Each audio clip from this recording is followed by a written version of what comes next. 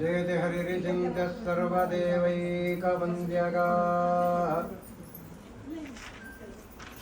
परमगुरुरविष्टावप्तिदस्सज्जनानां निखिलगुणगणार्णो नित्यनिर्मुक्तदोषः सरसिजनयनोऽसौ श्रीपतिर्मानदो नः।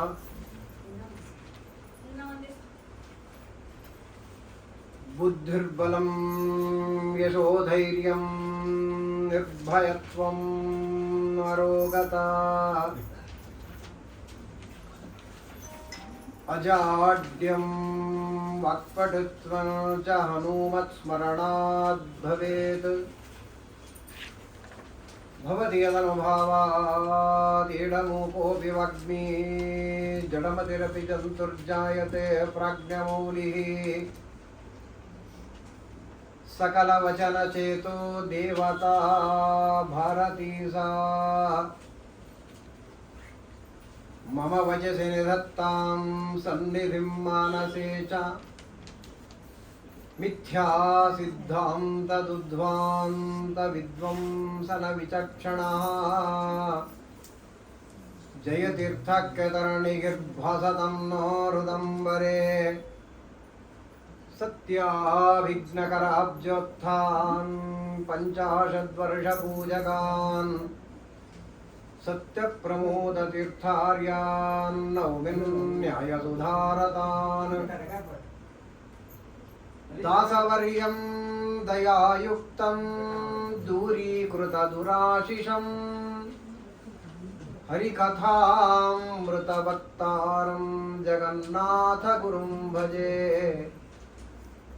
अस्मद्गुरुसमारम्भां टीकाकृत्पादमध्यमां श्रीमदाचार्यपर्यन्तां वन्दे गुरुपरम्पराम्।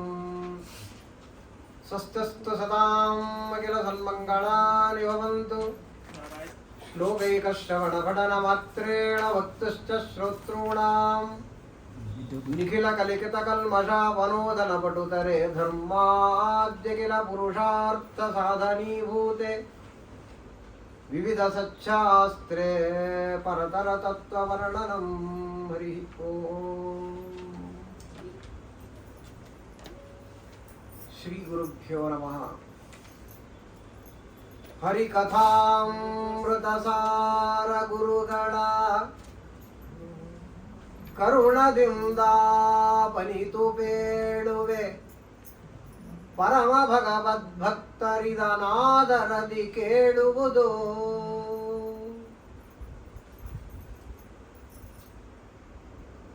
ಜಗನ್ನಾಥದಾಸರು ಕರ್ಮಗಳೇನಿವೆ ಅವು ಬಂಧಕ. ಕರ್ಮಗಳನ್ನು ಮಾಡುವುದೇ ಇರುವುದಕ್ಕೆ ಆಗುವುದೇ ಇಲ್ಲ. ಹಾಗಾದರೆ ಬಂಧಕವಾದ ಕರ್ಮಗಳಿಂದ ನಾವು ಹೇಗೆ ತಪ್ಪಿಸಿಕೊಳ್ಳಬೇಕು ಅಂತ ಪ್ರಶ್ನೆ. ಶಾಸ್ತ್ರ ಹೇಳುತ್ತೆ ಕರ್ಮಣ ಜ್ಞಾನ ಮಾತನೋತಿ ಅಂತ. ವೇದೋಕ್ತವಾದ ಕರ್ಮಗಳನ್ನು, ನಮಗೆ ವಿಹಿತವಾದ ಕರ್ಮಗಳನ್ನು ನಾವು ಮಾಡಿ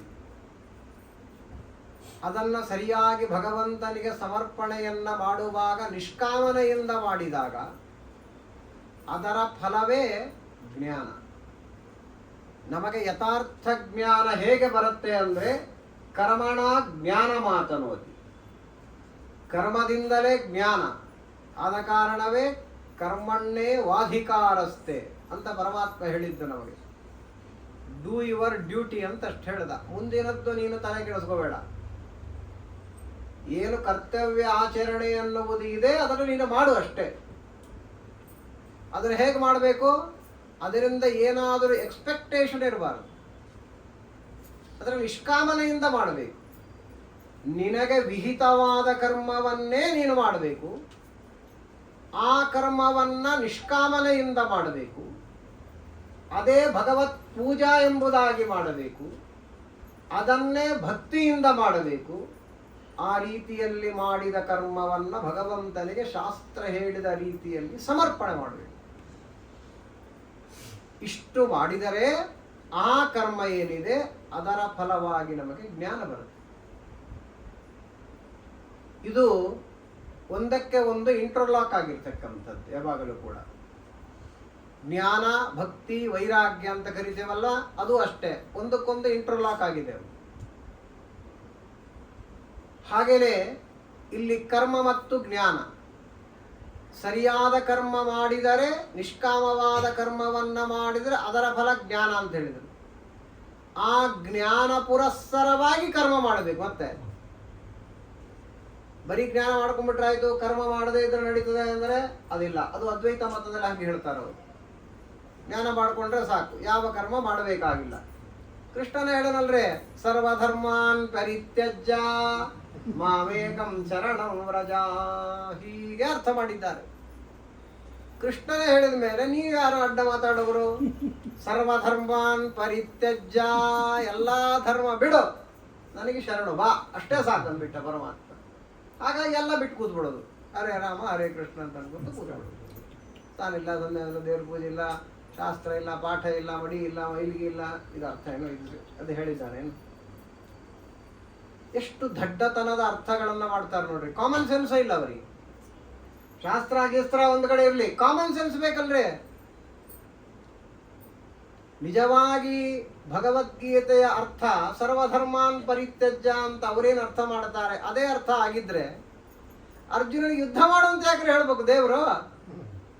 ಯುದ್ಧ ಅನ್ನುವುದು ಕ್ಷತ್ರಿಯರ ಧರ್ಮ. ಹಾಗಾದ್ರೆ ಯುದ್ಧದಲ್ಲಿ ಪ್ರೇರಣೆ ಯಾಕೆ ಮಾಡ್ತಾ ಇದ್ದಾನೆ? ಸುಮ್ಮನೆ ಆರಾಮಾಗಿ ಮೂಗು ಹಿಡ್ಕೊಂಡು ಕೂಡು ಅಂತ ಹೇಳ್ಬೋದಾಗಿತ್ತಲ್ಲ. ಕಾಮನ್ ಸೆನ್ಸ್ ಯೂಸ್ ಮಾಡಿದ್ರು ಗೊತ್ತಾಗತ್ತೆ ಅವ್ರದ್ದು ತಪ್ಪು ಅಂತ. ಬಹಳ ಶಾಸ್ತ್ರ ಏನು ಓದಬೇಕಾಗಿಲ್ಲ. ಅದ್ವೈತ ಮತಾದಿಗಳೆಲ್ಲ ತಪ್ಪು ಅನ್ನುವುದಕ್ಕೆ ಭಾರಿ ಶಾಸ್ತ್ರ ಓದಬೇಕಾಗಿಲ್ಲ. ಕಾಮನ್ ಸೆನ್ಸ್ ಯೂಸ್ ಮಾಡಿದ್ರೆ ಗೊತ್ತಾಗತ್ತಲ್ರಿ.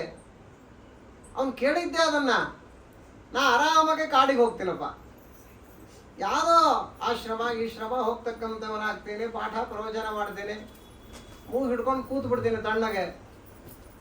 ಈ ಯುದ್ಧ ಯಾಕೆ ಮಾರಾಯ ನನಗೆ? ಯುದ್ಧ ಬೇಡ ಬೇಡ ಅಂತಾನೆ ಅರ್ಜುನ ಹೇಳಿರೋದು. ಹಾಗಾದ್ರೆ ಸರ್ವಧರ್ಮಾನ್ ಪರಿತ್ಯಜ್ಯ ಅಂತ ಹೇಳುವುದಾಗಿದ್ರೆ ಕರೆಕ್ಟ್ ಹೇಳಿಪ್ಪ ಅರ್ಜುನ, ಎಲ್ಲ ಬಿಟ್ಬಿಡು ತಣ್ಣಗೆ, ಕಾಡಿಗೆ ಹೋಗು ಅಂತ ಅಂದ್ಬಿಡುವುದಾಗಿತ್ತಲ್ಲ. ದೇವರು ಹಂಗನ್ನಿಲ್ಲ ಅವ. ನಿನ್ನ ಧರ್ಮ ಅಲ್ಲ ಅದು, ಸ್ವಧರ್ಮೇ ನಿಧನಂ ಶ್ರೇಯ. ಇವೆಲ್ಲ ಯಾಕೆ ಹೇಳ್ಬೇಕು ದೇವರು? ಯಾಕೆ ಹೇಳದೆ? ಕರ್ಮಣ ಜ್ಞಾನ ಮಾತನೋತಿ ಅಂತ ಕೂತಿದೆ ವೇದದ ವಾಕ್ಯ. ಅದು ಆ ರೀತಿ ಜ್ಞಾನವನ್ನ ನಾವು ಪಡೆದು, ಯಥಾರ್ಥ ಜ್ಞಾನವನ್ನ ಜ್ಞಾನ ಪುರಸ್ಸರವಾಗಿ ಕರ್ಮ ಮಾಡಬೇಕು. ಅದನ್ನು ಹೇಳ್ತಾ ಇದ್ದಾರೆ ಇಲ್ಲಿ ಜಗನ್ನಾಥದಾಸರು. ಇವೇನು ಇಷ್ಟೊತ್ತು ನಾವು ಕೇಳ್ತಾ ಇದ್ದೇವೆ ಭಗವನ್ ಮಹಿಮೆಯನ್ನ, ಆ ಭಗವಂತನ ಮಹಿಮೆ ಏನಿದೆ, ಆ ಜ್ಞಾನ ಏನು ನಾವು ಪಡ್ಕೊಳ್ತಾ ಇದ್ದೇವೆ, ಆ ಜ್ಞಾನ ಪುರಸ್ಸರವಾಗಿ ಕರ್ಮಗಳನ್ನ ಮಾಡಿದಾಗ ಆ ಕರ್ಮ ನಮಗೆ ಬಂಧಕವಾಗುವುದಿಲ್ಲ ಅನ್ನುವುದೇ ಇಲ್ಲಿಯ ತಾತ್ಪರ್ಯ ಇರತಕ್ಕಂಥದ್ದಾಗಿದೆ. ಅದರಲ್ಲಿ ಕೆಲವನ್ನ ನೀವು ನೋಡಿದ್ದೇವೆ, ಹೇಗೆ ಮಾಡ್ತಾನೆ ಪರಮಾತ್ಮ ಅಂತ. ಮುಂದೆ ಅತ್ಯಂತ ಸುಂದರವಾದ ಈ ಕರ್ಮಗಳನ್ನ ದೇವರು ಹೇಗೆ ಮಾಡಿಸ್ತಾನೆ. ತೇನವಿನ ತೃಣಮಪಿ ನ ಚಲತಿ, ನಾವು ಸ್ವತಂತ್ರರಲ್ಲ. ಅದಕ್ಕೊಂದು ದೃಷ್ಟಾಂತ ಕೊಡ್ತಾರೆ ಮಹಾನುಭಾವರಾದ ಜಗನ್ನಾಥದಾಸರು. ಉಪಮಾ ಕಾಳಿದಾಸ ಅಂತ ಇದೆ, ಆದರೆ ಜಗನ್ನಾಥದಾಸರ ಈ ಕೃತಿ ನೋಡಿದವರಿಗೆ ಏನು ಉಪಮೆಗಳನ್ನು ಕೊಡ್ತಾರೆ, ಏನು ಕತೆ, ಅತ್ಯದ್ಭುತ, ಶಾಸ್ತ್ರೀಯವಾಗಿರ್ತಕ್ಕಂಥದ್ದು. ಊರ್ಮಿಗಳ ಬೋಲಿಪ್ಪ ಕರ್ಮ ವಿಕರ್ಮ ಜನ್ಯ ಫಲಾಫಲಂಗಳ ನಿರ್ಮಲಾತ್ಮನು ಮಾಡಿಸಿ ಉಂಡುಣಿಸುತ್ತಿಪ್ಪ. ನಿರ್ಮಮ ನಿರಾಮಯ ನಿರಾಶ್ರಯ ಧರ್ಮವಿತ್ ಧರ್ಮಾತ್ಮ ಧರ್ಮಗ ದುರ್ಮತಿಯ ಜನರನಲ್ಲ ಅಪ್ರತಿಮಲ್ಲ ಶ್ರೀನಲ್ಲ. ನುಡಿ ಹೇಳ್ತಾ ಇದ್ರೆ ಸಾಕ್ರೆ ಏನೋ ಒಂದು ಆನಂದ. ಹಂಗಿಟ್ಟಾರ ಅವರು ಮಹಾನುಭಾವರು. ಆ ಶಬ್ದಗಳೆಲ್ಲ ಹೇಗೆ ಹಾಕಿದ್ದಾರೋ ಏನು ಕಥೆಯೋ. ಆ ವರ್ಣಾಭಿಮಾನಿಗಳು ದೇವತೆಗಳಾಗಿರತಕ್ಕಂಥವರು ಬಂದು ಕೂತು ಬಿಟ್ಟಾರೇನೋ ಅಂತ ಅನಿಸುತ್ತೆ. ಆ ತರಹದ ಶಬ್ದಗಳ ಪ್ರಯೋಗ ಇಲ್ಲಿದೆ ನೋಡಿ. ಬಿಂಬ ಪ್ರತಿಬಿಂಬ ಭಾವ ಅಂದ್ರೆ ಏನು? ನೀ ಮಾಡಿಸಿದಂತೆ ನಾ ಮಾಡುವವ ಅಂತಂತೀವಲ್ವಾ ನಾವು ಶಾಸ್ತ್ರದಲ್ಲಿ. ಅದು ಏನದು? ಹೇಗೆ ಮಾಡಿಸ್ತಾನೆ? ಬಿಂಬದ ಕ್ರಿಯೆಗಳೇನಿವೆ ಅದು ಇಲ್ಲದೆ ಇದ್ರೆ ಪ್ರತಿಬಿಂಬದಲ್ಲಿ ಕ್ರಿಯೆ ನಡೀಲಿಕ್ಕೆ ಸಾಧ್ಯನೇ ಇಲ್ಲ. ಕನ್ನಡಿ ಮುಂದೆ ನೀವು ನಿಂತಾಗ ನಿಮ್ಮ ಪ್ರತಿಬಿಂಬ ಕನ್ನಡಿಯಲ್ಲಿ ಬಿದ್ದಿದೆ. ನೀವು ಏನೇನು ಮಾಡುತ್ತೀರೋ ಅದಷ್ಟು ಮಾಡುತ್ತದು. ಹೊಡಿತೀವಿ ನೋಡೋದು ಅದು ಹೊಡಿತೀವಿ ನೋಡೋ ಅಂತದ್ದು. ನೀವು ನಕ್ಕರೆ ಅದು ನಗತ್ತೆ, ನೀವು ಹತ್ರ ಅಳತ್ತೆ. ಬೇಕಾದ್ರೆ ಪ್ರವಚನ ಆದ್ಮೇಲೆ ನೋಡ್ಕೊಂಡು ಮನೆಗೆ ಹೋಗಿ ನೋಡ್ಕೊಳ್ರಿ. ಅಂದಮೇಲೆ ಯಾಕೆ ಅದನ್ನು ಹೇಳ್ತಾ ಇದ್ರೆ ತಮಾಷೆ ಮಾಡ್ಲಿಕ್ಕೆ ಹೇಳ್ತಾ ಇಲ್ಲ. ನನಗೆ ತಮಾಷೆ ಮಾಡ್ಲಿಕ್ಕೆ ಬರೋದಿಲ್ಲ. ದೇವರು ಬಿಂಬ, ಜೀವ ಪ್ರತಿಬಿಂಬ. ಬಿಂಬದಲ್ಲಿ ನಡೆಯದೇ ಇರುವ ಕ್ರಿಯೆ ಪ್ರತಿಬಿಂಬದಲ್ಲಿ ಕಾಣೋದಕ್ಕೆ ಚಾನ್ಸ ಇಲ್ಲ. ಹಾಗಾದ್ರೆ ಎಲ್ಲವನ್ನೂ ದೇವರು ಒಳಗೆ ನಿಂತು ಅವನು ಮಾಡಿ ನಮ್ಮಿಂದ ಮಾಡಿಸ್ಬೇಕು. ಅವನು ಮಾಡಿದ್ರೆ ನಾವು ಮಾಡ್ಲಿಕ್ಕೆ ಸಾಧ್ಯ. ಇದು ಬಹಳ ಸುಂದರವಾದ ಒಂದು ಪ್ರಮೇಯ. ಇದನ್ನು ಜಗನ್ನಾಥದಾಸರು ತಮ್ಮದೇ ಆದ ಒಂದು ಶೈಲಿಯಲ್ಲಿ ಉಪಯೋಗಗಳನ್ನು ಕೊಟ್ಟು ನಮಗೆ ಅರ್ಥವಾಗುವಂತೆ ಮಾಡ್ತಾರೆ. ಊರ್ಮಿಗಳ ಓಲಿಪ್ಪ.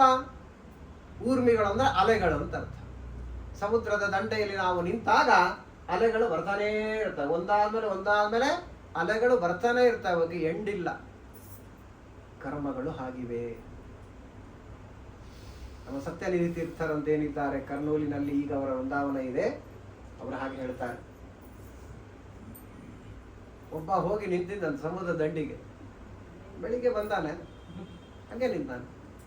ಮಧ್ಯಾಹ್ನ ಆಯ್ತು, ಸಾಯಂಕಾಲ ಆಯ್ತು, ಯಾರೋ ನಮ್ಮಂಥವ್ರು ಇದ್ರು. ಏನು ಬಾ ಮರ ಯಾಕೆ ಇಲ್ಲಿ ನಿಂತಿ ಅಂತ ಕೇಳಿದ್ರು.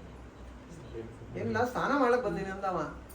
ಅಲ್ಲೋ ಬೆಳಿಗ್ಗೆ ಬಂದು ಸಾಯಂಕಾಲ ಆಗ್ತದೆ, ಸ್ನಾನ ಮಾಡದೆ ಹಿಂಗೆ ಮತ್ತೆ ಹಿಂಗ್ಯಾಕೆ ನಿಂತೆ ಅಂದ್ರೆ ಈ ಅಲೆಗಳು ಬರ್ತಾ ಇವೆ, ಅವು ನಿಂತ ಮೇಲೆ ಮಾಡುವಂತಿದ್ದೀನಿ ಅಂತ.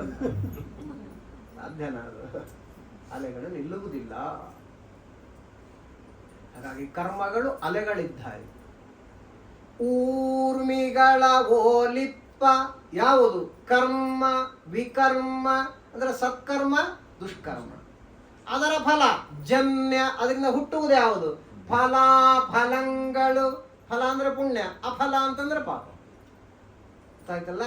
ಊರ್ಮಿಗಳ ಗೋಲಿಪ್ಪ. ಯಾವ? ಕರ್ಮ ವಿಕರ್ಮ ಜನ್ಯ ಫಲಾಫಲಗಳ ನಿರ್ಮಲಾತ್ಮನು. ಹಿಂದಿನ ನುಡಿಯಲ್ಲಿ ಬಂತದ್ದು ಏನದು? ಪರಮಾತ್ಮನಿಗೆ ವೈಷಮ್ಯ ನೈರ್ಘಣ್ಯಗಳಿಲ್ಲ. ಅವರವರ ಯೋಗ್ಯತೆಗೆ ತಕ್ಕಂತೆ ಅವರವರ ಕರ್ಮಾನುಸಾರವಾಗಿ ಅವರವರಿಂದ ಕರ್ಮಗಳನ್ನ ಮಾಡಿ ಅದಕ್ಕೆ ತಕ್ಕಂತೆ ಪರಮಾತ್ಮ ಫಲಗಳನ್ನ ಕೊಟ್ಟು ಸಂತೈಸ್ತಾ ಇರ್ತಾನೆ ಅಂತ ಬಂತು. ಹಾಗಾದ್ರೆ ದೇವರೇನಿದ್ದಾನೆ ಅವನು ಪಾರ್ಷಿಯಲ್ ಅಲ್ಲ. God is partial, god is cruel ಅಂತ. ನೈಷಮ್ಯ ನೈರ್ಘಣ್ಯ ಅನ್ನತಕ್ಕಂಥ ದೋಷ ದೇವರಲ್ಲಿ ಉಂಟು ಅಂತ ಅನಿಸತ್ತೆ. ಜಗತ್ತನ್ನು ನೋಡಿದಾಗ, ನಮ್ಮ ಅನುಭವ ಅಂತಕ್ಕಂಥದ್ದಕ್ಕೆ ಸೇರಿದಾಗ, ತುಂಬಾ ಕಷ್ಟಗಳು ಮೇಲಿಂದ ಮೇಲೆ ಕಷ್ಟಗಳು ಬಂದಾಗ ನೋಡ್ರಿ ಇದು ಯಾಕೋ ದೇವರು ಹಿಂಗೆ ಮಾಡಿಬಿಟ್ಟಂತ. ಒಳ್ಳೆಯವರು ಕೂಡ, ಸಜ್ಜನರ ಬಾಯಿಲು ಕೂಡ ಹಿಂಗೆ ಮಾತು ಬಂದ್ಬಿಡುತ್ತೆ. ಅಂದ್ರೆ ನಾವು ಸರಿಗಿದ್ದೀವಿ, ದೇವ್ರದೇ ತಪ್ಪು ಅಂತ ಅನ್ಸ್ಬಿಡ್ತದೆ ಯಾವಾಗಲೂ ಕೂಡ. ಹಂಗಿಲ್ಲ. ಕನಸಿನಲ್ಲಿಯೂ ಅದನ್ನ ಮಾಡಬಾರದು. ಮಾಡಿದ್ದುಣ್ಣೋ ಮಹಾರಾಯ. ನಿರ್ಮಲಾತ್ಮನು ಅದನ್ನ ಹೇಳಿದ್ದಾರೆ. ಅವನಿಗೆ ನನ್ನವರು ಮನ್ನವರು ಹಂಗೇನಿಲ್ಲ. ಪರಮಾತ್ಮನಿಗೆ ಅವನೆಂಥವ? ವೈಷಮ್ಯಾದಿ ದೋಷಗಳು ಇಲ್ಲದೆ ಇರತಕ್ಕಂತಹ ಪರಮಾತ್ಮ. ಮಾಡಿ ಮಾಡಿಸಿ ಉಂಡುಣಿಸುತ್ತಿಪ್ಪ. ಕರ್ಮಗಳನ್ನ ಮಾಡ್ತಾನೆ, ನಮ್ಮಿಂದ ಮಾಡಿಸ್ತಾನೆ. ಆ ಕರ್ಮಗಳ ಫಲ ಇದೆಯಲ್ಲ, ಫಲವನ್ನ ತಾನು ಉಣ್ತಾನೆ, ನಮಗೆ ಉಣಿಸ್ತಾನೆ. ತಲೆ ಹಾಕೋದು ಸುಲಭ, ಅರ್ಥ ಆಗೋದು ಕಷ್ಟ ಇದೆ. ಗೊತ್ತಾಯ್ತಾ? ಈಗ ಉದಾಹರಣೆಗೆ ಅಂದ್ರೆ ಪುಣ್ಯಕರ್ಮಗಳ ಬಗ್ಗೆ ಬೇಗ ಅರ್ಥ ಆಗುತ್ತೆ, ಪಾಪಕರ್ಮಗಳ ಬಗ್ಗೆನೇ ಇಲ್ಲಿ ಪ್ರಶ್ನೆ. ಈಗ ನಾನು ಪ್ರವಚನ ಮಾಡ್ತಾ ಇದ್ದೇನೆ, ನನ್ನೊಳಗೆ ಭಗವಂತ ಒಂದು ರೂಪದಿಂದ ಕೂತಿರ್ತಾನೆ. ಅವನೇ ಪ್ರವಚನ ಮಾಡ್ತಾನೆ ನನ್ನೊಳಗೆ ಕೂತುಕೊಂಡು. ಆವಾಗಲೇ ನಾನು ಪ್ರವಚನ ಮಾಡಲಿಕ್ಕೆ ಸಾಧ್ಯ. ನೀವೇನು ಇಷ್ಟು ಜನ ಕೂತಿದ್ದೀರಲ್ಲ, ನಿಮ್ಮೆಲ್ಲರ ಒಳಗೆ ನಿಮ್ಮ ಯಾವ್ಯಾವ ಆಕಾರ ಇದ್ದೀರೋ ಈ ಆಕಾರದಲ್ಲೇ ದೇವ ರೂಪ ಇರ್ತದೆ ನಿಮ್ಮೊಳಗೆ. ಅಷ್ಟು ರೂಪದಿಂದ ಪರಮಾತ್ಮ ಕೇಳ್ತಾ ಇರ್ತಾನೆ, ನಿಮ್ಮಿಂದ ಕೇಳಿಸ್ತಾನೆ, ನನ್ನಿಂದ ಪ್ರವಚನ ಮಾಡ್ತಾನೆ, ನನ್ನಿಂದ ಮಾಡಿಸ್ತಾನೆ. ನನ್ನ ಒಳಗೆ ನಿಂತು ಮಾಡ್ತಾನೆ, ನನ್ನಿಂದ ಮಾಡಿಸ್ತಾನೆ, ನಿಮ್ಮೊಳಗೆ ನಿಂತುಕೊಂಡು ಕೇಳ್ತಾನೆ, ಕೇಳಿಸ್ತಾನೆ. ಮಾಡಿ ಮಾಡಿಪ ಉಂಡುಣಿಸುತ್ತಿಪ್ಪ. ಕೇವಲ ಪ್ರವಚನ ಅನ್ನೋ ಒಂದು ಕರ್ಮ ಮಾತ್ರ ನಾನು ಹೇಳ್ತಾ ಇದ್ದೇನೆ, ಹಾಗಲ್ಲ. ಸಕಲ ಕರ್ಮಗಳು, ವಾಚನಿಕ ದೈಹಿಕವಾಗಿರತಕ್ಕಂಥದ್ದಾಗಲಿ ಮಾನಸಿಕವಾದ ಕರ್ಮಗಳಾಗಲಿ, ಮೂರೂ ರೀತಿಯ ಕರ್ಮಗಳನ್ನತಕ್ಕಂಥದ್ದೇನಿದೆ ಅವನ ಒಳಗೆ ನಿಂತು ಮಾಡಿಸಬೇಕು. ಅದಕ್ಕೆ ತಕ್ಕ ಫಲ. ಯಾವುದೇ ಒಂದು ಕರ್ಮವನ್ನು ನಾವು ಮಾಡಿದಾಗ ಅದು ಏನಾರಾಗಲಿ ಕರ್ಮ, ಸಣ್ಣ ಕರ್ಮ, ಏನು ಕೂಡೋದು ಹೇಳೋದು, ಇದು ಒಂದು ಕರ್ಮ. ಕೂಡೋದು ಹೇಳೋದು ಕೂಡ ಹೇಗೆ ಮಾಡಬೇಕು ಅಂತ ಶಾಸ್ತ್ರ ಹೇಳ್ತದೆ. ನಮ್ಮ ಮನಸ್ಸಿಗೆ ಬಂದಂತ ನಾವಿರುವುದು ಅಲ್ಲವೇ ಅಲ್ಲ. ನಮ್ಮ ಮನಸ್ಸಿಗೆ ಬಂದಂತ ನಾವಿರ್ಲಕ್ಕೆ ಎಲ್ಲಿ ಆಗುವುದೂ ಇಲ್ಲ, ತಿಳ್ಕೊಂಬಿಡಿ. ಶಾಸ್ತ್ರಕ್ಕೆ ಬಂದಾಗ ಹಂಗೆ ಯಾಕ್ರೆ ಮಾಡ್ಬೇಕು ಅಂತಂತಾನೆ ಮನುಷ್ಯ. ಲೌಕಿಕದಾಗ ಬೇಬಿ ಸಿಟ್ಟಿಂಗ್ ಕಳಿಸ್ತಿರಲ್ಲ ಹುಡುಗರನ್ನ, ₹1,00,000 ಕೊಡ್ಬೇಕಲ್ಲಿ, ಡೊನೇಷನ್ ಕೊಡ್ಬೇಕು, ಆಮೇಲೆ ಫೀಸ್ ನೀವೇ ಕಟ್ಬೇಕು, ಎಲ್ಲದೂ ಕೊಡ್ಬೇಕು, ನೀವೇ ತೊಗೊಂಡೋಗಿ ಬಿಡ್ಬೇಕು ಮಕ್ಕಳನ್ನ. ಇಲ್ಲ ಅವನು ಏನೋ ವ್ಯಾನ್ ಬರ್ತದೆ, ಆ ವ್ಯಾನಿಗೆ ದುಡ್ಡು ಕೊಡ್ಬೇಕು ನೀವೇ. ಅಲ್ಲಿ ಹೋದ್ರೆ ನೀವು ಹೆಂಗ್ ಬೇಕೋ ಹಂಗಿರ್ಲಕ್ಕೆ ಸಾಧ್ಯನಾ? ಯಾವ ಟೈಮ್ ಬೇಕಾದ್ರೆ ಆ ಟೈಮಿಗೆ ಹೋಗ್ಬೋದಾ ನೀವು? ವಿಚಾರ ಮಾಡಿ, ಲೌಕಿಕ ವಿಚಾರ ಮಾಡ್ರಿ. ಒಂದು ಸ್ಕೂಲ್ ಆಗಲಿ, ಒಂದು ಕಾಲೇಜ್ ಆಗಲಿ, ಒಂದು ಆಫೀಸ್ ಆಗಲಿ, ಎಲ್ಲ ನಿಮ್ಮ ಮನಸ್ಸಿಗೆ ಬಂದಾಗ ಇರ್ಲಕ್ಕಾಗತ್ತಾ? ಇಲ್ಲ. ಅಲ್ಲಿ ಏನು ರೂಲ್ಸ್ ಇದೆ ಅದು ನೀವು ಫಾಲೋ ಆಗಬೇಕು. ಎಲ್ಲ ಖರ್ಚು ನಿಮ್ದು, ಎಲ್ಲ ಖರ್ಚು ನಿಮ್ದೇ ಆದರೂ ಕೂಡ ಅವ್ರು ಹೇಳ್ದಾಗ ಕೇಳ್ಕೊಂಡು ಬಿದ್ದಿರ್ಬೇಕು ನೀವು. ಯಾಕೆ ಏನು ಹೇಳ್ಕೊಡ್ತಾರ ಅವರು? CAT ಕ್ಯಾಟ್, BAT ಬ್ಯಾಟ್ ಅಂತ ಇಷ್ಟು ಹೇಳಕ್ಕೆ ಇಷ್ಟೆಲ್ಲ ರಿಸ್ಟ್ರಿಕ್ಷನ್ಸ್ ಇದೆ, ಇಷ್ಟೆಲ್ಲ ರೂಲ್ಸ್ ಅಂಡ್ ರೆಗ್ಯುಲೇಷನ್ಸ್ ಇದೆ. ₹1,000 ಆಗಿರ್ದಾಗ ಚಲೋ ಸ್ಕೂಲ್ ಆಗ್ಬೇಕು ಅಂತೀವಿಲ್ಲ, ಅಲ್ಲ ಚಲೋ ಚಲೋ ಇರ್ಬೇಕಲ್ಲ ನಮಗೆ. ಪುಕ್ಕಟ್ ಇರ್ತದೆ, ನಾಲೆಜ್ ಜಾಸ್ತಿ ಇರ್ತದೆ ಫೀಸು. ಎಲ್ಲ ಚಲೋದಾಗಿ ಎಲ್ಲ ನೀವೇ ಖರ್ಚು ಮಾಡಿಕೊಂಡು ಅವ್ರು ಹೇಳಿದ ಟೈಮಿಗೆ ನೀವು ಹೋಗ್ಬೇಕು. ಅವ್ರು ಹೇಳಿ ಡ್ರೆಸ್ ಹಾಕೊಂಡು ಹೋಗ್ಬೇಕು ನೀವು, ಹೌದಲ್ಲ? ಸ್ಕೂಲ್ ಯೂನಿಫಾರ್ಮ್ ಹಾಕೊಂಡು ಹೋಗೋದೇ ಇದ್ರೆ ಗೇಟ್ ಹೊರಗೆ ನಿಲ್ಸಾರ ನಿಮ್ಮನ್ನು ನಾಯಿ ತರ, ಅಸಹ್ಯ. ಹೆಂಗಿದೆ ಲೌಕಿಕದಲ್ಲಿ ಎಲ್ಲ ಮಾಡ್ಲಕ್ಕೆ ನಾವು ಸಿದ್ಧರಿದ್ದೀವಿ. ಬಾಯಿ ಮುಚ್ಚಿಕೊಂಡು ₹1,00,000 ನಾವೇ ಖರ್ಚು ಮಾಡಿ ಅವ್ರು ಹೇಳ್ದಾಗ ಕೇಳ್ಕೊಂಡು ಬಿದ್ದಿರ್ಲಕ್ಕೆ ಸಿದ್ಧರಿದ್ದೀವಿ. ಶಾಸ್ತ್ರ ಏನಾದ್ರೂ ಹೇಳ್ತಪ್ಪ ಅಂತಂದ್ರೆ ಅಂತಾನೆ ಮಾರಾಟ. ನೋಡಿದ್ರೆ ಹೆಂಗಿದೆ. ಅಂದಮೇಲೆ ಇಲ್ಲಿ ದೇವರೇ ನಮ್ಮನ್ನ ಹುಟ್ಟಿಸಿದ್ದಾನಂದ ಮೇಲೆ ಅವನು ಹೇಳ್ದಾಗ ಕೇಳ್ಕೊಂಡು ನಾವು ಬಿದ್ದಿರ್ಬೇಕಲ್ರಿ ನಾವು ಇಲ್ಲಿ. ಅದನ್ನೇ ಮನುಷ್ಯ ಬೇಡ ಅಂತ. ಹಾಗಾದ್ರೆ ಯಾಕೆ ಹೇಳಿದೆ ಇದನ್ನ? ಎವ್ರಿ ಡೀಟೇಲಿಂಗ್ ಇದೆ ಶಾಸ್ತ್ರದಲ್ಲಿ. ನಮ್ಮ ಮನಸ್ಸಿಗೆ ಬಂದಂತ ನಾವಿರ್ಲಕ್ಕೆ ಚಾನ್ಸೇ ಇಲ್ಲ ಇಲ್ಲಿ. ಎಲ್ಲ ವಿಷಯ ಯಾವ್ದಾದ್ರೂ ಆಗ್ಲಿ, ಅದು ಕೂಡೋದು, ನಿಲ್ಲೋದು, ಮಾತನಾಡೋದು, ಧೋತ್ರ ಉಟ್ಕೊಳ್ಳೋದು, ಸೀರೆ ಉಟ್ಕೊಳ್ಳೋದು, ಕುಂಕುಮ ಹಚ್ಕೊಳ್ಳೋದಕ್ಕಂಥದ್ದು, ಅಷ್ಟೇ ಟಾಯ್ಲೆಟಿಗೆ ಹೋಗೋದು. ಮಲಮೂತ್ರಗಳ ವಿಸರ್ಜನೆಯನ್ನ ನೀನು ಮಾಡಬೇಕಾದ್ರೂ ಶಾಸ್ತ್ರ ಹೇಳುತ್ತೆ ಹೀಗೆ ಮಾಡ್ಬೇಕಂತ. ನಿನ್ ಮನಸ್ಸಿಗೆ ಬಂದ ಮಾಡೋಗಿಲ್ಲ. ಅದಕ್ಕೆ ಇಲ್ಲೇ ಹೇಳಿದ್ನಲ್ಲ ಮೊದಲನೇ ದಿವಸ, ರಾತ್ರಿ ಮಲಗುವಾಗ ಬೆಳಗ್ಗಿಂದ ಸಂಜೆವರೆಗೆ ಏನೆಲ್ಲ ಕರ್ಮಗಳನ್ನು ನಾನು ಮಾಡಿದ್ದೇನೆ, ಪ್ರಾಣಿಯಂತೆ ಮಾಡಿದನೋ ಮನುಷ್ಯನಂತೆ ನಾನು ಮಾಡಿದ್ನೋ? ಈ ಪ್ರಶ್ನೆ ನೀವೇ ಹಾಕೊಳ್ಳ್ರಿ. ನೆಕ್ಸ್ಟ್ ಡೇ ನಾವು ಸ್ವಲ್ಪ ಇಂಪ್ರೂವ್ ಆಗ್ತೀವಿ. ಮಲಮೂತ್ರ ವಿಸರ್ಜನೆ ಮಾಡಬೇಕಂದ್ರೆ ಎಲ್ಲಂದ್ರೆ ಮಾಡುತ್ತದೆ, ಹೆಂಗಂದ್ರೆ ಮಾಡುತ್ತೆ, ಯಾವಾಗಂದ್ರೆ ಅವಾಗೆ ಮಾಡುತ್ತದು. ಅದಕ್ಕೆ ಯಾವ ರೂಲ್ಸ್ ಇಲ್ಲ. ಹಾಗಾದ್ರೆ ಎಲ್ಲವೂ ಶಾಸ್ತ್ರ ಹೇಳಿದೆ, ಅಷ್ಟು ಡೀಟೇಲಿಂಗ್ ಎಲ್ಲೂ ಇಲ್ಲ, ತಿಳ್ಕೊಂಬಿಡಿ. ಧೋತ್ರ ಹಿಂಡೋದು, ಧೋತ್ರ ಒಗೆಯೋದು, ಧೋತ್ರ ಒಣಗ ಹಾಕೋದು ಎಲ್ಲವೂ ಶಾಸ್ತ್ರ. ಹೀಗೀಗೆ ಇರ್ಬೇಕು ಅಂತಿದೆ, ಹೀಗೀಗೆ ಮಾಡ್ಬೇಕು ಎಲ್ಲವನ್ನ. ನಿನ್ನ ಮನಸ್ಸಿಗೆ ಬಂದಂತೆ ಯಾವುದು ಮಾಡೋ ಹೋಗಿಲ್ಲ ಇಲ್ಲಿ.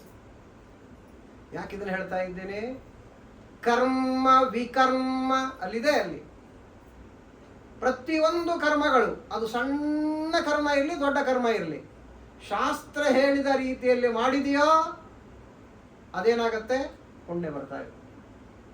ಶಾಸ್ತ್ರಕ್ಕೆ ವಿರುದ್ಧವಾಗಿ ಮಾಡಿದೆಯೋ ಪಾಪ ಬರ್ತಾನೆ ಇರ್ತದೆ. ಕ್ಷಣಕ್ಕೆ ತಿಳ್ಕೊಂಬಿಡಿ. ಅರ್ಥ ಆಯ್ತಲ್ವಾ? ಕ್ಷಣ ಕ್ಷಣ ಕ್ಷಣಕ್ಕೂ ಇದು ನಡೀತಿರ್ತದೆ ನಮ್ಮಲ್ಲಿ. ಆ ಕರ್ಮ ಇಲ್ಲ ಪುಣ್ಯವನ್ನು ಕೊಡ್ತದೆ, ಇಲ್ಲ ಪಾಪ ಕೊಡ್ತದೆ. ಹಾಗೆ ಆ ಕರ್ಮ ನಾಶ ಆಗುವುದೇ ಇಲ್ಲ. ಆ ಪುಣ್ಯ ಪಾಪಗಳೇನವಲ್ಲ, ಕರ್ಮ ವಿಕರ್ಮ ಜನ್ಯ ಫಲಾಫಲಂಗಳ, ಅದರಿಂದ ಏನು ಬರ್ತದೆ? ಪುಣ್ಯ ಪಾಪ ಅಂತಲ್ಲ. ಪುಣ್ಯ ಪಾಪದ ಫಲ ಯಾವುದು? ಸುಖ ದುಃಖ.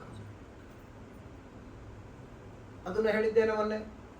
ಮೋಕ್ಷ ಗೀಕ್ಷ ಬೇಡ್ರಿ ನಮಗೆ, ಇಲ್ಲೇ ಚಲೋ ಇರ್ಬೇಕಪ್ಪ ನಾವು. ಚಲೋ ಹೆಂಡತಿ, ಚಲೋ ಮಕ್ಕಳು, ಚಲೋ ಎಲ್ಲ ಚಲೋ ಚಲೋ ಬೇಕು. ಇಲ್ಲಿ ಎಂಜಾಯ್ ಮಾಡ್ಬೇಕು ನಾವು ಲೈಫ್ ಅಂತಿದ್ರು ಕೂಡ, ಅಂದ್ರೆ ಸುಖ ಪಡಬೇಕು, ಲೌಕಿಕವಾದ ಸುಖ ಪಡಬೇಕು ಅಂತಿದ್ರು ಕೂಡ ಧರ್ಮವನ್ನೇ ಮಾಡಬೇಕು. ಯಾಕೆ? ಧರ್ಮದ ಫಲ ಅದು ಪುಣ್ಯ, ಪುಣ್ಯದ ಫಲ ಸುಖ. ಅಧರ್ಮ ಏನಿದಲ್ಲ, ಅಧರ್ಮದ ಫಲ ಪಾಪ, ಪಾಪದ ಫಲ ದುಃಖ. ಇಷ್ಟೇ ಇರೋದು. ಆ ಧರ್ಮ ಅಧರ್ಮ ಅನ್ನತಕ್ಕಂಥದ್ದನ್ನ ಇಲ್ಲಿ ಹೇಳ್ತಾ ಇದ್ದಾರೆ. ಧರ್ಮ ಕರ್ಮ ವಿಕರ್ಮ ಸರಿಯಾಗಿ ಶಾಸ್ತ್ರೋಕ್ತವಾಗಿ ಮಾಡಿದೆಯೋ ಅದು ಧರ್ಮ ಅನ್ಸುತ್ತೆ. ವೇದ ಪ್ರಣಹಿತೋ ಧರ್ಮ ಹೆಧರ್ಮಸ್ತದ್ ವಿಪರ್ಯಯ. ವೇದ ಯಾವುದನ್ನ ಡೂ ಅಂತ ಹೇಳಿದೆಯೋ ಅದು ಧರ್ಮ, ಯಾವುದನ್ನ ಡೋಂಟ್ ಅಂತ ಹೇಳುತ್ತ ಶಾಸ್ತ್ರ ಅದು ಅಧರ್ಮ. ಇಷ್ಟು ಗಟ್ಟಿಯಾಗಿ ತಲೆ ಇಟ್ಕೊಳ್ಬೇಕು. ಹಾಗಾದ್ರೆ ಪ್ರತಿಯೊಂದು ವಿಧವಾದ ಕರ್ಮಗಳನ್ನು ನನ್ನೊಳಗೆ ನಿಂತುಕೊಂಡು ಮಾಡುತ್ತಾನೆ, ಮಾಡಿಸ್ತಾನೆ. ಅದಕ್ಕೆ ತಕ್ಕ ಫಲ ಬರ್ತಾ ಇರ್ತದೆ. ಇಲ್ಲ ಪುಣ್ಯ ಬರ್ತದೆ, ಇಲ್ಲ ಪಾಪ ಬರ್ತದೆ. ಆ ಎರಡೂ ವಿಧವಾಗಿರತಕ್ಕಂಥ ಫಲಗಳ ಫಲಾಫಲಂಗಳ ಫಲ ಅಫಲ ಫಲಾಫಲಂಗಳ ಏನ್ ಮಾಡ್ತಾನೆ? ಮಾಡಿ ಮಾಡಿಸಿ ಉಂಟುಣಿಸುತ್ತಿಪ್ಪ. ಪ್ರವಚನ ಮಾಡ್ತಾ ಇದ್ದೇನೆ, ಒಳಗೆ ನಿಂತು ತಾನು ಮಾಡ್ತಾನೆ, ನನ್ನಿಂದ ಮಾಡಿಸ್ತಾನೆ. ಪುಣ್ಯ ಬರುತ್ತೆ. ಆ ಪುಣ್ಯವಾಗಿರತಕ್ಕಂಥದ್ರಿಂದ ಮುಂದೆ ಯಾವಾಗ ಅದನ್ನ ಸುಖಗಳು, ನಮಗೆ ಯಾವ ಸುಖ ಬೇಡ್ರಿ ಅಂತ ಕೇಳಿದಾಗ ಮೋಕ್ಷ ಕೊಡ್ತಾನೆ. ಇಲ್ಲೇ ಸುಖ ಬೇಕು ಅಂದ್ರೆ ಮತ್ತೆ ಇಲ್ಲೇ ಸುಖಗಳನ್ನು ಕೊಡ್ತಾನೆ. ನಿಮ್ಗೆ ಇಷ್ಟ ಅದು, ನಿಮ್ಗೇನ್ ಬೇಕೋ ಅದು ದೇವರು ಕೊಡ್ತಾನೆ. ನೋಡ್ರಿ, ಮನಸ್ಸಿನಂತೆ ಮಹಾದೇವ ಪರಮಾತ್ಮ ಯಾವಾಗಲೂ ಕೂಡ ನಿಂಗೇನ್ ಬೇಕೋ ಅದು ಕೊಡ್ತಾನೆ. ಏನು ಬಯಸ್ಬೇಕು ಮನಸ್ಸಿನಲ್ಲಿ ಅದು ನಿಂಗೆ ಬಿಟ್ಟದ್ದು ಅಷ್ಟೇ. ಏನ್ ನೀ ಮನಸ್ಸಿನಲ್ಲಿ ಏನ್ ನೀನು ಸಂಕಲ್ಪ ಮಾಡ್ತಾ ದೇವರು ಕೊಟ್ಬಿಡ್ತಾನೆ. ಆಯ್ತು, ಹೌದು. ಅದಕ್ಕೇನೆ ಎಚ್ಚರಿಕೆಯಿಂದ ಇರಬೇಕು ಅಂತ ದಶಮಸ್ಕಂದ ಭಾಗವತದಲ್ಲಿ ಆ ವಿಚಾರ ಬರುತ್ತೆ. ಇಲ್ಲೇನಾಯ್ತು ಈಗ? ಶುಭ ಕರ್ಮಗಳು ಅಂತ ಏನೋ ನೋಡ್ರಿ, ಅದು ಸ್ವಲ್ಪ ಅರ್ಥ ಆಗುತ್ತೆ. ಕೆಟ್ಟ ಕರ್ಮ ಉಂಡುಣಿಸುತ್ತಿಪ್ಪ, ಅದು ಕಷ್ಟ. ಮಾಡಿ ಮಾಡಿಪ, ಕೆಟ್ಟ ಕರ್ಮಗಳನ್ನು ಒಳಗೆ ನಿಂತು ಅವನೇ ಮಾಡ್ತಾನೆ, ನಮ್ಮಿಂದ ಮಾಡಿಸ್ತಾನೆ, ಅದೇನೋ ಪರವಾಗಿಲ್ಲ. ಈ ಉಂಡುಣಿಸುತ್ತಿಪ್ಪ ಅನ್ನೋದು ಕೂತ್ಬಿಟ್ಟದೆ ಇಲ್ಲಿ. ಹೌದಲ್ಲ? ಪಾಪದ ಕರ್ಮ ದುಃಖ ತಾನೇ ಅದು. ಪಾಪದ ಒಂದು ಫಲ ಏನಾಗತಕ್ಕಂಥದ್ದೇ ದುಃಖನೇ. ಆ ದುಃಖವನ್ನು ದೇವರು ಉಣ್ತಾನಾಗರೆ. ಉಂಡುಣಿಸುತ್ತಿಪ್ಪ ಅಂತ ಹೇಳ್ಬಿಟ್ರಲ್ಲ ಜಗನ್ನಾಥದಾಸರು. ಹೆಂಗರ್ಥ ಮಾಡ್ಕೋಬೇಕಿಲ್ಲ? ಬೇಡ, ಮೊದಲು ಪುಣ್ಯವನ್ನೇ ತಗೊಳ್ಳೋಣ. ಪುಣ್ಯದ ಆಗಿರ್ತಕ್ಕಂಥದ್ದು ಫಲ ಯಾವುದು ಅಂದ್ರೆ ಸುಖ. ಉದಾಹರಣೆಗೆ ಒಂದು ಹಣ್ಣಿದೆ ಅಂತ ತಿಳ್ಕೊಳ್ಳಿ. ಒಳ್ಳೆ ನಿಮ್ಗೆ ಯಾವ್ದು ಇಷ್ಟವೋ ಆ ಹಣ್ಣು, ಆ ಹಣ್ಣನ್ನ ನೀವು ಭೋಗ ಮಾಡ್ತೀರ ಅಂದ್ರೆ ತಿಂತೀರಿ. ಅದೇನಿದೆ ಅದರಿಂದ ಒಂದು ಸುಖ ಆಗುತ್ತೆ, ತಿನ್ನೋದ್ರಿಂದ ಒಂದು ಸುಖ ಆಗುತ್ತೆ. ಮಾವಿನಕಾಯಿ ಚಟ್ನಿ ಸಮಾಧಾನ ಆಯ್ತು. ಅಂದಮೇಲೆ ಮಾವಿನಕಾಯಿ ಚಟ್ನಿ ಅಂತ ಬಾಯಿಗೆ ನೀರು ಬರ್ತದಿಲ್ಲ. ಅಂದಮೇಲೆ ಅದ್ರಾಗ ವೈಶಾಖ ಮಾಸ ಕೇಳ್ಬೇಕಾ? ಅಂದಮೇಲೆ ಇವಾಗೆ ಮಾವಿನಕಾಯಿ ಬರೋದು. ಆ ಮಾವಿನಕಾಯಿ ಏನತಕ್ಕಂಥದ್ದು ನಾನು ತಿನ್ನುವಾಗ ಅದೊಂದು ಸುಖ. ಆ ಸುಖ ಯಾವುದೋ ಒಂದು ಕರ್ಮದ ಸುಖವೇ, ಕರ್ಮದ ಫಲವೇ ಅದು. ಹಾಗಾದ್ರೆ ಆ ಸುಖ ಏನಿದೆ, ಮಾವಿನಕಾಯಿ ನಾನು ತಿಂತಾ ಇರ್ತೇನೆ, ನಂಗೆ ಎಂಜಾಯ್ ಮಾಡ್ತೇನೆ ನಾನು. ದೇವರು ತಿಂತಾನೆ ತಿಳ್ಕೊಳ್ಳಿ. ದೇವರು ತಿನ್ನದೇ ಇದ್ರೆ ನಾ ತಿನ್ಲಕ್ಕೆ ಸಾಧ್ಯ ಇಲ್ಲ. ಬಿಂಬದಲ್ಲಿ ಕ್ರಿಯೆ ಇಲ್ಲದೆ ಪ್ರತಿಬಿಂಬದಲ್ಲಿ ಕ್ರಿಯೆ ಇರ್ಲಿಕ್ಕೆ ಸಾಧ್ಯನೇ ಇಲ್ಲ. ಹಾಗಾದ್ರೆ ದೇವರು ತಿಂತಾನೆ. ಆಕ್ಚುಲಿ ಅವನು ತನ್ನ ಸುಖವನ್ನ ತಾನು ತೊಂತಾನೆ. ಅದರಿಂದ ಆಗುವ ನಮ್ಮ ಸುಖ ಏನಿದೆ ನಮಗೆ ಕೊಡ್ತಾನೆ. ಸ್ವಲ್ಪ ನಿಧಾನಕ್ಕೆ ಕೇಳಿದನು. ಉದಾಹರಣೆಗೆ ಬಾಳೆಹಣ್ಣಿದೆ. ಇದೆಲ್ಲ ನೈವೇದ್ಯದಲ್ಲಿ ಚಿಂತನೆ ಮಾಡುವಂತ ವಿಚಾರಗಳು. ಬಾಳೆಹಣ್ಣು ನೈವೇದ್ಯಕ್ಕೆ ಇಟ್ಟಿರ್ತೇವೆ. ಆ ಬಾಳೆಹಣ್ಣು ಏನಿದೆ ಅದು ಯಾವ ಆಕಾರದಲ್ಲಿದೆ, ಆ ಆಕಾರದಲ್ಲಿ ದೇವರ ಒಂದು ರೂಪ ಇರ್ತದೆ. ಆ ಬಾಳೆಹಣ್ಣಿನಲ್ಲಿ ಒಂದು ಸವಿ ಇದೆ, ರುಚಿ. ಆ ಸವಿಯ ಆಕಾರದಲ್ಲಿ ದೇವರಿರ್ತಾನೆ ಅದರೊಳಗಡೆ. ದೇವರಿಗೆ ನಾವು ಸಮರ್ಪಣೆ ಮಾಡಿದಾಗ ಅದರೊಳಗೆ ತನ್ನ ರೂಪ ಏನಿರ್ತದಲ್ಲ ಅದನ್ನು ತಾನು ತಿಂದ್ಬಿಡ್ತಾನೆ. ಇದಕ್ಕೆ ಸ್ವಾಖ್ಯರಸ ಅಂತ ಕರೀತಾರೆ. ಇದಲ್ಲದೆ ಒಂದು ಸೂಕ್ಷ್ಮ ವಿಚಾರವನ್ನು ಟೀಕಾಕೃತ್ಪಾದರು ಹೇಳಿಕೊಟ್ಟಿದ್ದಾರೆ.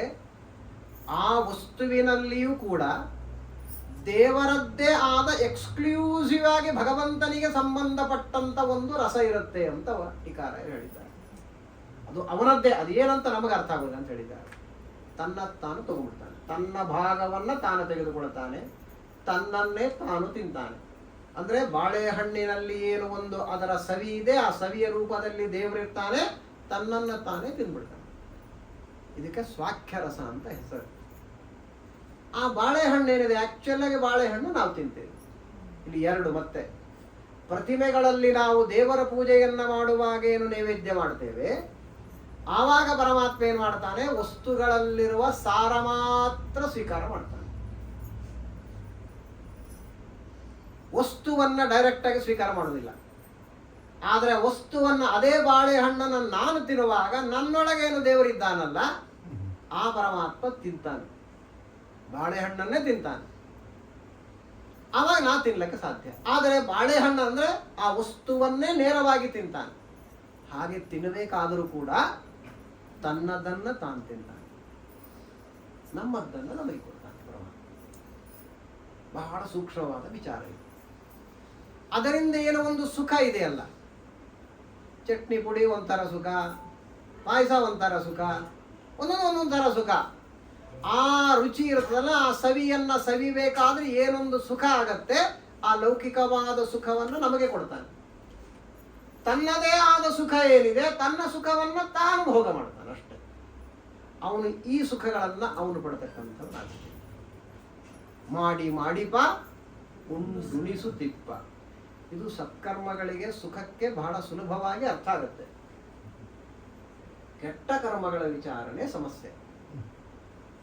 ಕೆಟ್ಟ ಕರ್ಮಗಳನ್ನು ನಮ್ಮಿಂದ ಮಾಡಿಸ್ತಾನೆ, ಯಾಕಂದ್ರೆ ಅವನಿಗೇನು ಲೇಪ ಇಲ್ಲ. ಆದ್ರೆ ಉಣ್ಣುಣಿಸುತ್ತಿಪ್ಪ ಹೇಗಿದು? ಈಗ ದುಃಖ ಆಯ್ತು ಅಂತ ತಿಳ್ಕೊಳ್ಳಿ. ದುಃಖ ಆಯ್ತು ಹೋ ಅಂತ ಅತ್ತೆ, ನಾನು ನನ್ನೊಳಗಿರುವ ದೇವರ ಅಳದೆ ನಾ ಅಳಲಕ್ಕೆ ಸಾಧ್ಯ ಇಲ್ಲ.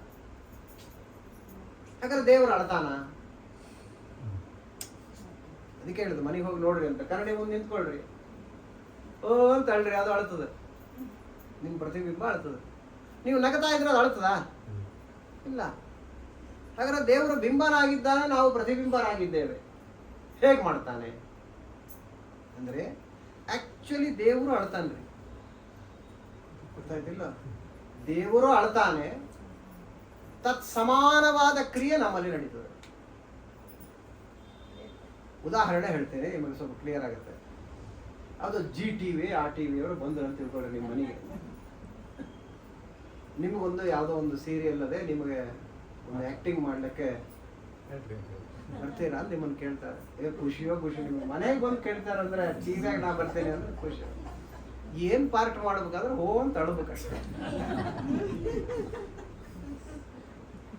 ಆಯ್ತು, ನಗೋದ ಅಳದ ಎಸ್ ಅಂತ ನಾವು ಭಾರಿ ಆಕ್ಟಿಂಗ್ ಮಾಡಿ ತಿಳ್ಕೊಂಡ್ರೆ ನಾವೇ ಆಕ್ಟಿಂಗ್ ಮಾಡಿ ಭಾರಿ ಅಳೋದಂದ್ರೆ ಏನದ ಪ್ರಚಂಡ ಹತ್ಬಿಟ್ಟಾನ, ಅದು ಆಕ್ಟಿಂಗ್ ತಿಳ್ಕೊಳ್ಳಿ. ಏನ್ ಮಾಡ್ತಾನೆ, ಇಂಥ ದಿವಸ ಶುಕ್ರವಾರ ಸಾಯಂಕಾಲ 9 ಗಂಟೆಗೆ ಇದು ಪ್ರಚಾರ ಆಗ್ತದೆ ಅಂತ ಹೇಳ್ಬಿಟ್ರು ಅಂದ್ರೆ ಅವ್ರು ನಿಮಗೆ ಮನೆಯವ್ರನ್ನೆಲ್ಲ ಕರೆದು ಚೇರ್ ಗೀರ್ ಹಾಕೊಂಡು ಕೂತ್ ಬಿಟ್ಟಿರ್ತಿದ್ದಿಲ್ಲ ಟಿವಿ ಮುಂದೆ. ಅವಾಗ ಏನದು, ನೀ ಅಳೋದನ್ನ ನೀ ನೋಡ್ತಾ ಇರ್ತೀಯ. ಆದ್ರೆ ಎಲ್ಲರಿಗೂ ಬಡದು ಹೇಳ್ತಿರ್ತಾನೆ, ನೋಡ್ರಿ ಹೆಂಗೆ ಆಕ್ಟಿಂಗ್ ಮಾಡಿ, ನೋಡ್ರಿ ಖುಷಿ ಪಡ್ತಾ ಇರ್ತಾನೆ. ಅಳೋದನ್ನ ನೋಡಿ ಖುಷಿ ಪಡ್ತಾ ಇರ್ತಾನೆಲ್ಲ. ಹಾಗೆ ದೇವರು ಅವನು ಅಳತಾನೆ, ಆದ್ರೆ ಅವನ ಆಕ್ಟಿಂಗ್ ಮಾತ್ರ. ನಮ್ದು ದುಃಖದಿಂದ ನಾವು ಅಳತಾ ಇರ್ತೀವಿ, ದೇವರು ಆಕ್ಟಿಂಗ್ ಮಾತ್ರ ಮಾಡ್ತೀವಿ. ಬಿಂಬ ಕ್ರಿಯೆಗಳು ಪ್ರತಿಬಿಂಬ ಕ್ರಿಯೆಗಳಿಗೆ ಬಹಳ ವ್ಯತ್ಯಾಸ ಇದೆ.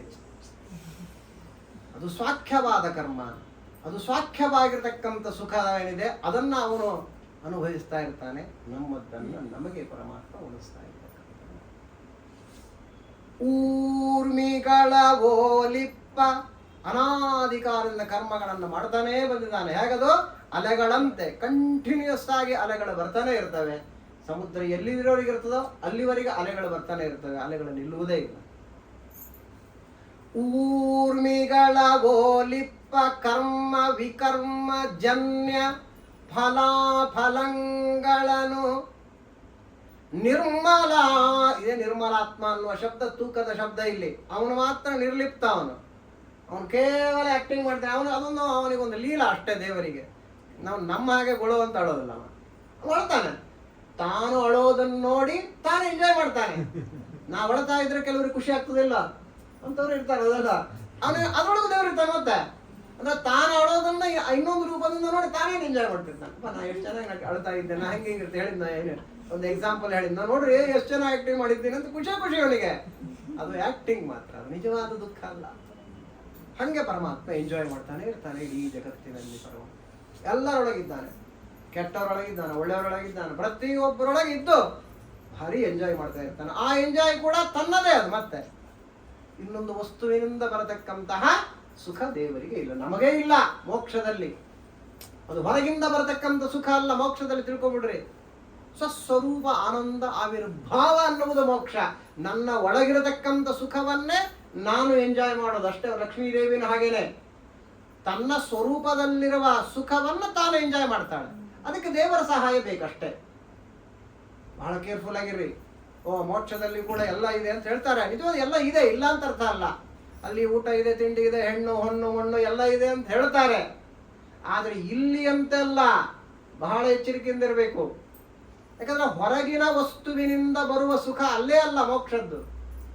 ಸ್ವಸ್ವರೂಪ ಒಳಗಿಂದ ಸುಖ, ನನ್ನೊಳಗೆ ಜ್ಞಾನ ಇದೆ, ನನ್ನೊಳಗೆ ಆನಂದ ಇದೆ, ಅದರ ಆವಿರ್ಭಾವ, ಅದರ ಅನುಭವ ನನಗೆ ಬರ್ತದೆ. ಅದಕ್ಕೆ ಅಲ್ಲಿ ನಾನಾ ವಸ್ತುಗಳು ನಿಮಿತ್ತ ಆಗ್ತವಷ್ಟೇ. ಇಲ್ಲಿ ಹಾಗಲ್ಲ, ಹೊರಗಿನ ವಸ್ತುಗಳಿಂದಲೇ ನಮಗೆ ಇಲ್ಲಿ ಸುಖ ಅಂತ ನಾವು ತಿಳ್ಕೊಂಡಿರ್ತೇವೆ. ಹಂಗೆ ಮೋಕ್ಷದಲ್ಲಿ ಇರುವುದಿಲ್ಲ. ಜೀವಕ್ಕೆ ಹಾಗಂದು ನಿನ್ನ ಕಿಮತ ಪರಮಾತ್ಮನಿಗೆ. ಇಂಥವನು ಪರಮಾತ್ಮ. ಮಾಡಿ ಮಾಡಿಸಿ ಉಂಡುಣಿಸುತ್ತಿಪ್ಪ ಅಂತಹ ಸ್ವಾಮಿ ನಿರ್ಮಮ. ನೋಡಿ, ಎಲ್ಲರ ಒಳಗಿದ್ದು ಎಲ್ಲ ಕರ್ಮಗಳನ್ನ ಮಾಡಿಸ್ತಾ ಇರ್ತಾನೆ. ಮಲಮೂತ್ರಗಳನ್ನು ಹೊರಗೆ ಹಾಕೋನು ಅವನೇ. ಮತ್ತೆ ಅಲ್ಲಿಯೂ ಆಕ್ಷನ್ ದೇವರೇ ಮಾಡ್ತಾನೆ. ಮಲಮೂತ್ರಗಳ ಒಳಗೂ ಅನಂತ ರೂಪದಿಂದ ಇದ್ದಾನೆ. ಆದ್ರೆ ಆ ಹೊಲಸುವ ಈ ವಾಸನೆ ಏನಿಲ್ಲ ಅವನಿಗೆ, ನಿರ್ಲಿಪ್ತನಾಗಿ ದೇವರು ಇರ್ತಾನೆ. ಅದೇ ಅವನ ಮಹಿಮಾ. ನಾವೊಂಚೂರು ವಾಸನೆ ಬಂದ್ರೆ ಮುಗಿದು, ಹಂಗೆ ದೇವರಿಗೆ ಇಲ್ಲೇ ಇಲ್ಲ. ನಿರ್ಮಮ ಪರಮಾತ್ಮ ಎಂತವ ನಿರ್ಮಮ, ಅವನಿಗೆ ಮಮತೆಗಳಿಲ್ಲ. ತನ್ನವರು ಅನ್ಯರು ಅನ್ನತಕ್ಕಂತಹ ಮಮತೆ ದ್ವೇಷ ಇದು ದೇವರಿಗೆ ಇಲ್ವೇ ಇಲ್ಲ. ಅವರವರಿಗೆ ತಕ್ಕಂತೆ ಅವನವನಿರ್ತಾನಷ್ಟೇ. ಪರಮಾತ್ಮ ಒಬ್ಬನೇ ದೇವರೇ, ಅವರವರ ಹಣೆ ಬರತ್ತಾಗ ಅವನವನು ಕಾಣ್ತಾ ಇರ್ತಾನಷ್ಟೇ. ಒಬ್ಬೇ ದೇವರೇ ಸಜ್ಜೀವರಿಗೆ ಮಹಾಕರುಣಾ ಸಾಗರನಾಗಿ ಕಾಣ್ತಾ ಇರ್ತಾನೆ. ಸೇಫ್ಟಿ ಅಂತ ಅನಿಸ್ತದೆ. ಅದೇ ದುರ್ಜನ ಕೆಟ್ಟ ಜೀವನಿಗೆ ಅವನು ದೇವರು ನೋಡಿದ್ರೆ ಅವನಿಗೆ ಹೆದರಿಕೆ, ಅವನಿಗೆ ದ್ವೇಷ, ಅವನಿಗೆ. ಒಬ್ಬೇ ದೇವರೇ. ಮತ್ತೆ ದೇವರಲ್ಲಿ ಏನು ದೋಷ ಇಲ್ಲ, ಈ ಜೀವನಲ್ಲೇ ಆ ಥರ ಇರತಕ್ಕಂಥದ್ದಾಗಿದೆ. ಒಬ್ಬ ಪೊಲೀಸ್ ಆಫೀಸರ್ ಏನಿದ್ದಾನೆ, ಸ್ಟ್ರಿಕ್ಟ್ ಆಗಿರ್ತಕ್ಕಂಥ ಪೊಲೀಸ್ ಆಫೀಸರ್ ನೋಡಿದರೆ ಸಜ್ಜನರಿಗೆ ಸಂತೋಷ, ಯಾಕೆ ಅವನು ನಮ್ಮ ಆರಕ್ಷಕ ಅವನು. ಅದೇ ಕಳ್ಳರಿಗೆ ಕಾಕರಿಗೆ ಹೆದರಿಕೆ. ಅದೇ ವ್ಯಕ್ತಿನೇ ಮತ್ತೆ ಅವರಿಗೆ ಇವನು ವಿಪರೀತ ಕಾಣ್ತಾನೆ, ಇವರಿಗೆ ಒಳ್ಳೆಯವನಾಗಿ ಕಾಣ್ತಾನೆ, ಅವರಿಗೆ ಕೆಟ್ಟವನಾಗಿ ಕಾಣ್ತಾನೆ ಅಷ್ಟೇ ಹೊರತು ಅದು ಜೀವನ ಸ್ವಭಾವ ಆಗಿರ್ತಕ್ಕಂಥದ್ದು ಪರಮಾರ್ಥ. ದೇವರಲ್ಲಿ ಹಾಗಿರ್ತಕ್ಕಂಥದ್ದಿಲ್ಲ. ದೇವರು ಏಕಪ್ರಕಾರನಾಗಿರ್ತಕ್ಕಂಥವನಾಗ್ತಾನೆ. ಬಿಂಬನಾಗಿ ಅವರವರ ಯೋಗ್ಯತಾನುಸಾರವಾಗಿ ಪರಮಾತ್ಮ ಅವರವರಿಗೆ ಹಾಗೆ ಕಾಣತಕ್ಕಂಥವನಾಗ್ತಾನೆ. ಅವರವರ ಕರ್ಮಗಳನ್ನು ಅವರವರಿಗೆ ಉಣಿಸ್ತಕ್ಕಂಥವನಾಗ್ತಾನೆ. ನಿರ್ಮಮ ನಿರಾಮಯ. ಆಮಯ ಅಂದ್ರೆ ರೋಗ, ಆಮಯ ಅಂದ್ರೆ ರೋಗ. ರೋಗಾದಿ ಉಪದ್ರವಗಳಂತ ಕರಿತೀವಿ. ಭಯ, ವ್ಯಸನ ಇವೆಲ್ಲವೂ ಕೂಡ ರೋಗ ಯಾವುದರಿಂದ ಬರ್ತದೆ? ಪೂರ್ವಜನ್ಮ ಕೃತಂ ಪಾಪಂ. ಹಿಂದಿನ ಜನ್ಮದಲ್ಲಿ ಮಾಡಿದ ಅನೇಕವಾದ ಪಾಪಗಳೇ ನಮಗೀಗ ನಾನಾ ರೀತಿಯ ರೋಗಗಳಾಗಿ ಕಾಣತಕ್ಕಂಥದ್ದಾಗಿದೆ. ನಿರಾಮಯ, ಆಮಯ ಅಂದ್ರೆ ರೋಗ. ಆ ರೋಗವೇ ದೇವರಿಗಿಲ್ಲ ಯಾವತ್ತೂ ಕೂಡ. ಎಲ್ಲದಕ್ಕಿಂತ ದೊಡ್ಡ ರೋಗ ಯಾವುದು? ಸಂಸಾರ. ಸಂಸಾರ ಅನ್ನೋದು ದೊಡ್ಡ ರೋಗ ಅಂತ ಹೇಳ್ಬಿಟ್ಟಿದ್ದಾರೆ. ಅದಕ್ಕೆ ಧನ್ವಂತರಿ ಅವನು ಪರಮಾತ್ಮ. ಧನ್ವ ಅಂದ್ರೆ ಪಾಪ, ಧನ್ವ ಅಂದ್ರೆ ಪಾಪ. ಪಾಪದಿಂದ ಬರತಕ್ಕಂಥದ್ದು ಯಾವುದು? ರೋಗಾದಿಗಳು ಅಂತ. ಪಾಪದಿಂದ ಬರುವುದೇ ರೋಗಗಳು. ಹಾಗೆ ದೇವರಿಗೆ ಪಾಪವೇ ಇಲ್ಲ, ಅವನಿಗೆ ರೋಗಗಳೇ ಇಲ್ಲ. ಸಂಸಾರ ಅನ್ನುವ ರೋಗ ಅನಾದಿ ಕಾಲಂತ ದೇವರಿಗಿಲ್ಲ. ಅರ್ಥಾಯ್ತಲ್ಲ? ಧನ್ವಂ ತರತೀತಿ ಧನ್ವರ, ಧನ್ವಂ ತಾರಯತೀತಿ ಧನ್ವಂತರಿ ಅಂತ ಎರಡು ರೀತಿಯ ಅರ್ಥವನ್ನು ಸತ್ಯಧರ್ಮ ತೀರ್ಥರು ಮಾಡಿದ್ದಾರೆ. ಹಾಗಾದ್ರೆ ಸಂಸಾರ ಅನ್ನುವ ರೋಗವೇ ಅವನಿಗಿಲ್ಲ, ಅನಾದಿ ಕಾಲದಿಂದ. ಅಷ್ಟೇ ಅಲ್ಲ, ನಮ್ಮ ಸಂಸಾರವೆಂಬ ರೋಗಕ್ಕೆ ವೈದ್ಯನಾಗಿದ್ದಾನೆ. ಎರಡು ರೀತಿ ಅವನು ಧನ್ವಂತರಿಯಾಗಿದ್ದಾನೆ. ನಿರಾಮಯ ಭವರೋಗ ಅನ್ನತಕ್ಕಂಥದ್ದಕ್ಕೆ ಔಷಧ ರೂಪದಲ್ಲಿದ್ದಾನೆ ಪರಮಾತ್ಮ. ಸಣ್ಣ ಪುಟ್ಟ ರೋಗ ಲೆಕ್ಕನೇ ಇಲ್ಲ ದೇವರಿಗೆ. ಭವರೋಗವನ್ನೇ ಪರಿಹಾರವನ್ನ ಮಾಡ್ತಾನೆ. ನಿರಾಶ್ರಯ, ದೇವರನ್ನು ಎಷ್ಟು ರೀತಿ ಹೊಗಳ್ತಾರೆ ಜಗನ್ನಾಥದಾಸರು. ನಿರಾಶ್ರಯ, ಎಲ್ಲರಿಗೂ ಅವನೇ ಆಶ್ರಯ, ಅವನು ಯಾರಿಗೂ ಆಶ್ರಯ ಇಲ್ಲ, ತನಗೆ ತಾನೇ ಆಶ್ರಯನಾಗಿದ್ದಾನೆ ಪರಮಾತ್ಮ. ಹಾಗಾದ್ರೆ ಎಲ್ಲರಿಗೂ ಆಶ್ರಯ ಅಂತ ಗೊತ್ತಲ್ಲ, ಅಯನ ಅಂದ್ರೆ ಆಶ್ರಯ. ಈಗ ನಾನು ಈ ಟೇಬಲ್ ಮೇಲೆ ಕೂತಿದ್ದೇನೆ, ಇದು ನನಗೆ ಆಶ್ರಯ. ಇದಕ್ಕೆ ಆಶ್ರಯ ಯಾವುದು? ಈ ನೆಲ. ಈ ನೆಲಕ್ಕೆ ಆಶ್ರಯ ಯಾವುದು? ಕಂಬಗಳು, ಪಿಲ್ಲರ್ಸ್ ಹಾಕಿದ್ದಾರೆ. ಅದಕ್ಕೆ ಆಶ್ರಯ ಯಾವುದು? ಭೂಮಿ. ಅದಕ್ಕೆ ಆಶ್ರಯ ಯಾವುದು? ಅತಳ ವಿತಳ ಸುತಳ ತಳಾತಳ ಮಹಾತಳ ರಸಾತಳ ಪಾತಾಳ ಅಂತಿದೆ, ಒಂದಕ್ಕೊಂದಕ್ಕೊಂದು ಆಶ್ರಯ. ಅದರ ಕೆಳಗೆ ಶೇಷದೇವರ ಆಶ್ರಯನಾಗಿದ್ದಾನೆ, ಅದರ ಕೆಳಗೆ ಕೂರ್ಮ ರೂಪದಿಂದ ವಾಯುದೇವರಿದ್ದಾರೆ, ಅದರ ಕೆಳಗೆ ಮತ್ತೆ ಕೂರ್ಮ ರೂಪ ವಿಷ್ಣುವಿನ. ಎಲ್ಲದಕ್ಕೂ ಆಶ್ರಯ ಅವನೇ.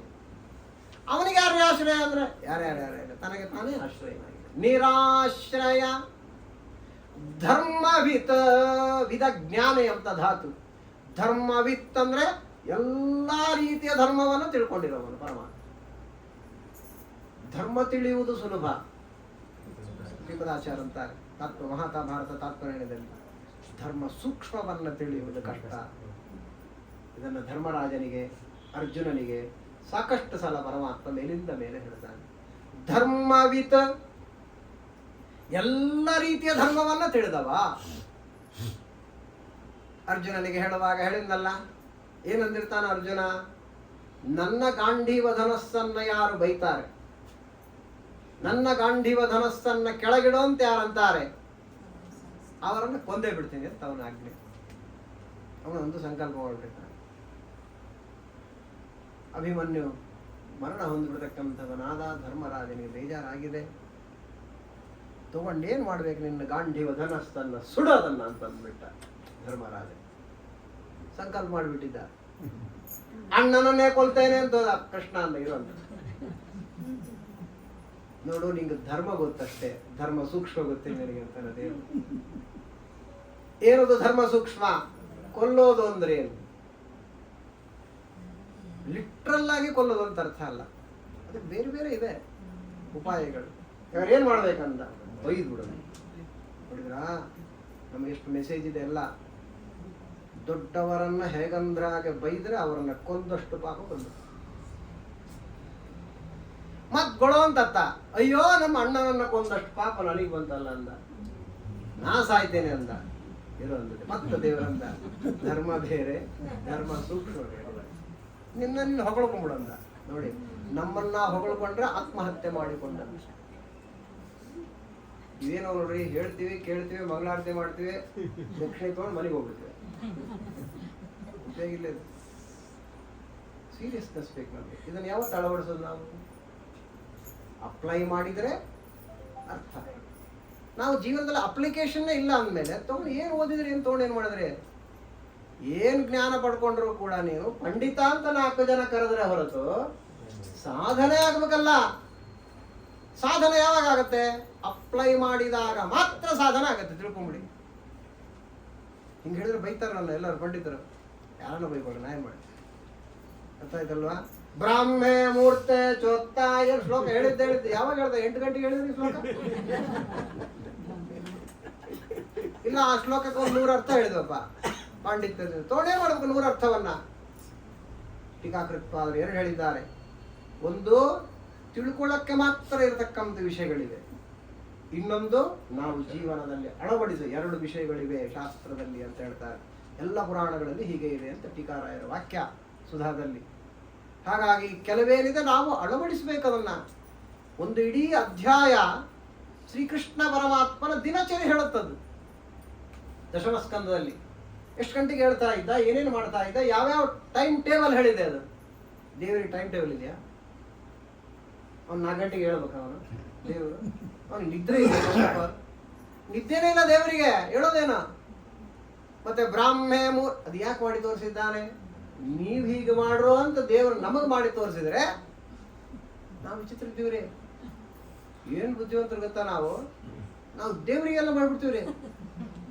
ವ್ರತ ಬರ್ತದೆ ನೋಡ್ರಿ, ಗೊತ್ತಾಗ್ತದ ಅವಾಗ. ಹೌದಲ್ಲ ಕೋಲಾರ ಅವ್ರೆ? ವ್ರತ ಬರ್ತದಿಲ್ಲ, ವ್ರತದಾಗ ಏನ್ ಮಾಡ್ತೀವಿ? ದೇವರಿಗೆ ಮಾತ್ರ ವ್ರತ. ನೈವೇದ್ಯ ಬರಲ್ರಿ ಅದು ವ್ರತ ಅಂತ. ದೇವರಿಗೆ ವ್ರತ, ತಾನ ಆರಾಮಾಗಿ ಅನಾವ್ರತ. ಇದೇನು ಎಂತ ದಡ್ಡತನದ ಪರಮಾವಧಿ ಅಲ್ಲ ನಮ್ದು. ದೇವರಿಗೆ ವ್ರತ ಇದೆಯಾ? ಅವನಿಗೆ ವಿಧಿ ನಿಷೇಧಗಳಿವೆಯಾ? ಕೆಲವರು ಮಡಿ ಮಾಡ್ತಿರ್ತಾರೆ, ದೇವರಿಗೆ ಮಡಿ. ಈಗ ಆಮೇಲೆ ಮೈಲಿಗೆ ಊಟ ಮಾಡ್ತಾರೆ. ಮಡಿ ದೇವ್ರಿಗೆ ಮಾಡ್ಬೇಕಾ ನಿಂಗೆ ಮಾಡ್ಬೇಕು ಮಡಿ? ಅವ್ನು ಯಾವಾಗ್ಲೂ ಮಡಿ ದೇವ್ರು. ಸಾಲಿಗ್ರಹ ಮುಟ್ಟಿದ್ರೆ ನೀ ಮಡಿ ಆಗ್ತೀವಿ ಮಾರಾಯ. ದೇವರಿಗೆ ಮಡಿ ಮಾಡ್ತಿರ್ತಾರೆ ಬಹಳ ಜನ, ತಾವು ಮೈಲಿಗೆ ಮಾಡ್ಬಿಡ್ತಾರೆ. ತಪ್ಪಿದೆಲ್ಲ ಎಲ್ಲ ವಿಪರೀತವಾಗಿರ್ತಕ್ಕಂಥ ಆಚರಣೆಗಳಿವೆ ನಮ್ಮಲ್ಲಿ. ಅದರ್ಥ ಅಲ್ಲೇ ಅಲ್ಲ. ಹಾಗಾದ್ರೆ ದೇವರು ಏನು ಮಾಡಿದ್ದಾನೆ? ಮರ್ತ್ಯಾವತಾರಸ್ತ್ಯ ಮರ್ತ ಶಿಕ್ಷಣಂ. ನಮಗೆ ಹೀಗೆ ಮಾಡಬೇಕು ಅಂತ ತೋರಿಸ್ತಾ ಇದ್ದಾನೆ ದೇವರು. ಹಾಗಾದ್ರೆ ಕೂತಲ್ಲಿಯೇ ಭಕ್ತಿಯಿಂದ ದೇವರಲ್ಲಿ ಅಪ್ಲಿಕೇಶನ್ ಹಾಕಿಬಿಡ್ರೆ, ಸ್ವಾಮಿ ಬರೀ ಕೇಳ್ತೀವಿ, ಇದೆಲ್ಲವೂ ಜೀವನದಲ್ಲಿ ಅದನ್ನು ಅಳವಡಿಸುವಂತೆ ಮಾಡುವಂತ ದೇವರಲ್ಲಿ ಪ್ರಾರ್ಥನೆ ಮಾಡ್ರಿ. ಅವಶ್ಯವಾಗಿ ಎಲ್ಲರೂ ಸೇರಿ ಮಾಡೋಣ. ಈ ಜನ್ಮದಲ್ಲೇ ಮಾಡ್ತಾನೆ ಅಥವಾ ಮುಂದಿನ ಜನ್ಮದಲ್ಲಾದರೂ ಮಾಡಿಸ್ತಾನೆ ಪರಮಾತ್ಮ. ಸುಮ್ಮನೆ ಕೇಳತಕ್ಕಂಥದ್ದಲ್ಲ ಇದು. ಎಲ್ಲಿವರೆಗೆ ನಮಗೆ ಸೀರಿಯಸ್ನೆಸ್ ಬರೋದಿಲ್ಲ ಅಲ್ಲಿವರೆಗೆ ಪಾಠ ಪ್ರವಚನಗಳೆಲ್ಲ ಬರೀ ನಾಟಕ ಅಂತ ಆಗಿಬಿಡ್ತದೆ. ಉದರ ವೈರಾಗ್ಯವಿದು ಪದುಮನಾಭನಲ್ಲಿ ಲೇಷ ಭಕ್ತಿ ಇಲ್ಲ ಅಂತಾಗತ್ತೆ. ಹಾಗೆ ಎಂದೂ ಕೂಡ ಆಗಬಾರದು. ಧರ್ಮವಿತ ಸೂಕ್ಷ್ಮವಾದ ಧರ್ಮಗಳಿವೆ. ಧರ್ಮಾತ್ಮ, ದೇವರು ಧರ್ಮ ಸ್ವರೂಪಿಯಾಗಿದ್ದಾನೆ. ಧರ್ಮಗ, ಧರ್ಮ ಶಬ್ದ ವಾಚ್ಯನಾಗಿ ಧರ್ಮದ ಒಳಗಿದ್ದಾನೆ ಪರಮಾತ್ಮ. ನಮ್ಮ ಸತ್ಯಪ್ರಮೋದ ತೀರ್ಥ ಶ್ರೀಪಾದಂಗಳವರು ನೆನಪು ಹಾಕ್ತಾ ಇದ್ದಾರೆ ನೋಡಿದಾಗ. ಅವರೊಂದು ಪ್ರವಚನ ಮಾಡಿದ್ರು. ಧರ್ಮೋ ರಕ್ಷತಿ ರಕ್ಷಿತ ಅಂತ ಇದೆ, ಪಾರ್ಲಿಮೆಂಟ್ ಮೇಲೆ ಬರೆದ್ಬಿಟ್ಟಿದ್ದಾರೆ. ಧರ್ಮೋ ರಕ್ಷತಿ ರಕ್ಷಿತ ಅಂತ. ಅದರ ಅರ್ಥ ಏನು?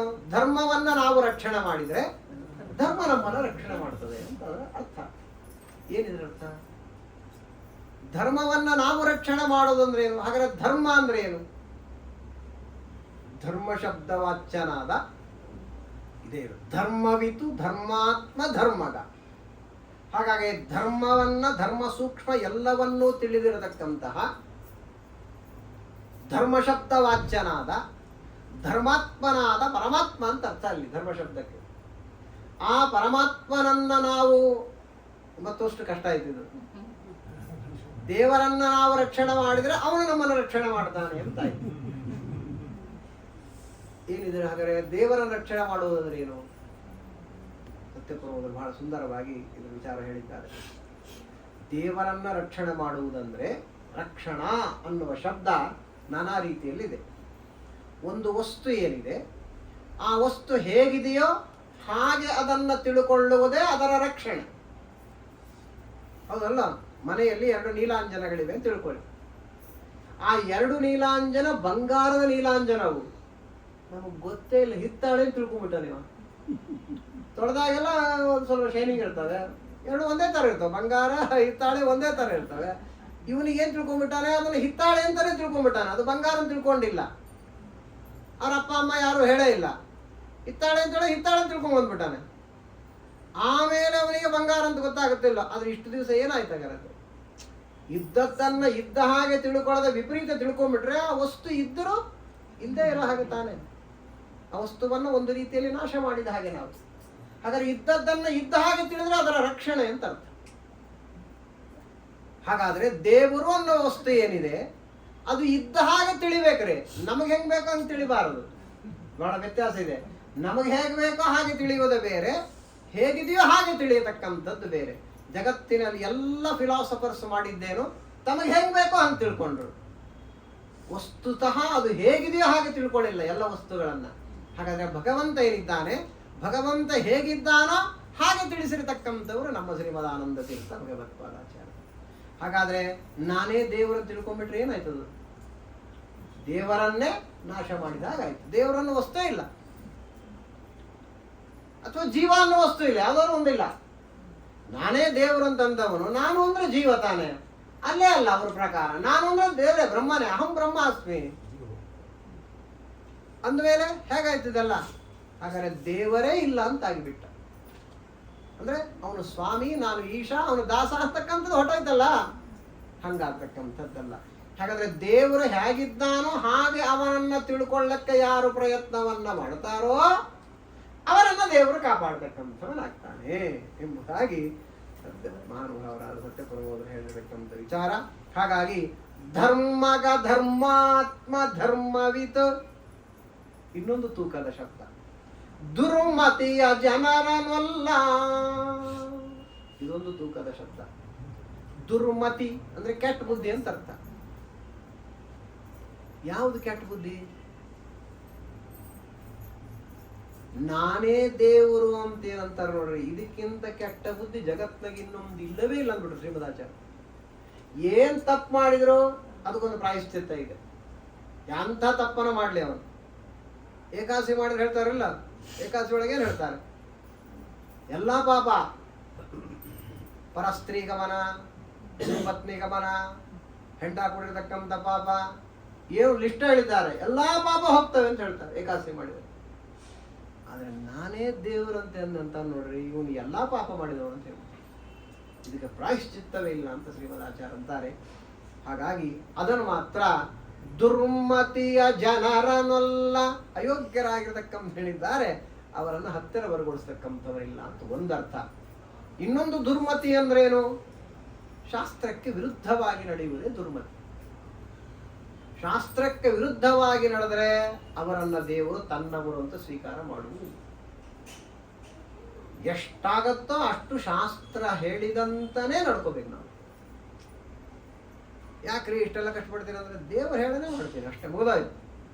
ಅದು ಹಾಗಾಗತ್ತೆ ಹೀಗಾಗತ್ತೆ ಇಲ್ರಿ, 15 ದಿವಸಕ್ಕೊಂದ್ಸಲ ಉಪವಾಸ ಮಾಡಿದ್ರೆ ಬಾಡಿ ಓವರ್ ಆಲಿಂಗ್ ಆಗುತ್ತೆ, ಬ್ಲಡ್ ಪ್ರೆಷರ್ ಬರೋದಲ್ಲ, ಇನ್ನೊಂದು ಬರೋಲ್ಲ, ಇವೆಲ್ಲ ತಲೆ ಹರಟಿ. ಗೊತ್ತಾಯ್ತಿಲ್ಲ? ನಮ್ಮ ಶ್ರೀಮದಾಚಾರ್ಯ ಅಂತಾರೆ, ಪರಮಾತ್ಮನ ಆಜ್ಞೆ ಇದೆ, ನೀ ಹೀಗೆ ಮಾಡು, ನಿನ್ನ ಉದ್ಧಾರ ಮಾಡ್ತೀನಿ ಅಂತ ದೇವರು ಹೇಳಿದ್ರೆ ನಾ ಮಾಡ್ತೀನಿ ಅಷ್ಟೇ. ವಿಷ್ಣು ಪ್ರೇರಣೆಯ ಅಷ್ಟೇ, ಮುಗಿದೋಯ್ತು. ಇದು ದೊಡ್ಡದಾಗಿರ್ತಕ್ಕಂಥ ಧರ್ಮ ಅಂತ ಹೇಳಿದ್ದಾರೆ. ಅವ್ರು ಹೇಳ್ತಾರೆ, ಇವ್ರು ಹೇಳ್ತಾರೆ, ಯಾರು ಹೇಳ್ತಾರೆ ಇನ್ನೊಂದೇನಾಗ್ತದೆ, ಅಡ್ವಾಂಟೇಜ್ ಆಗುತ್ತೆ, ಆರೋಗ್ಯ ಚೆನ್ನಾಗಿರೋದು, ಏನು ಅದೆಲ್ಲ ಉಪಯೋಗ ಇಲ್ಲ ನಮಗೆ, ಇದೆಲ್ಲ ಸೆಕೆಂಡ್ರಿ. ಫಸ್ಟ್ ದೇವರು ಹೇಳಿದ್ದಾನೆ, ಅದೇ ಭಕ್ತಿ. ದೇವರು ಹೇಳಿದ್ದಾನೆ, ಅವನ ಪ್ರೀತಿ ಆಗ್ತದೆ ಅಂತ ಹೇಳಿದ್ದಾನೆ, ನಾ ಮಾಡ್ತೀನಿ ಅಷ್ಟೇ. ದುರ್ಮತಿಯ ಜನರನಲ್ಲ, ಇದನ್ನೇ ಮತ್ತೊಂದು ರೀತಿಯಲ್ಲಿ ಹೇಳಿದರು. ಧರ್ಮ ಅಧರ್ಮ ವಿಂಗಡಿಸಿ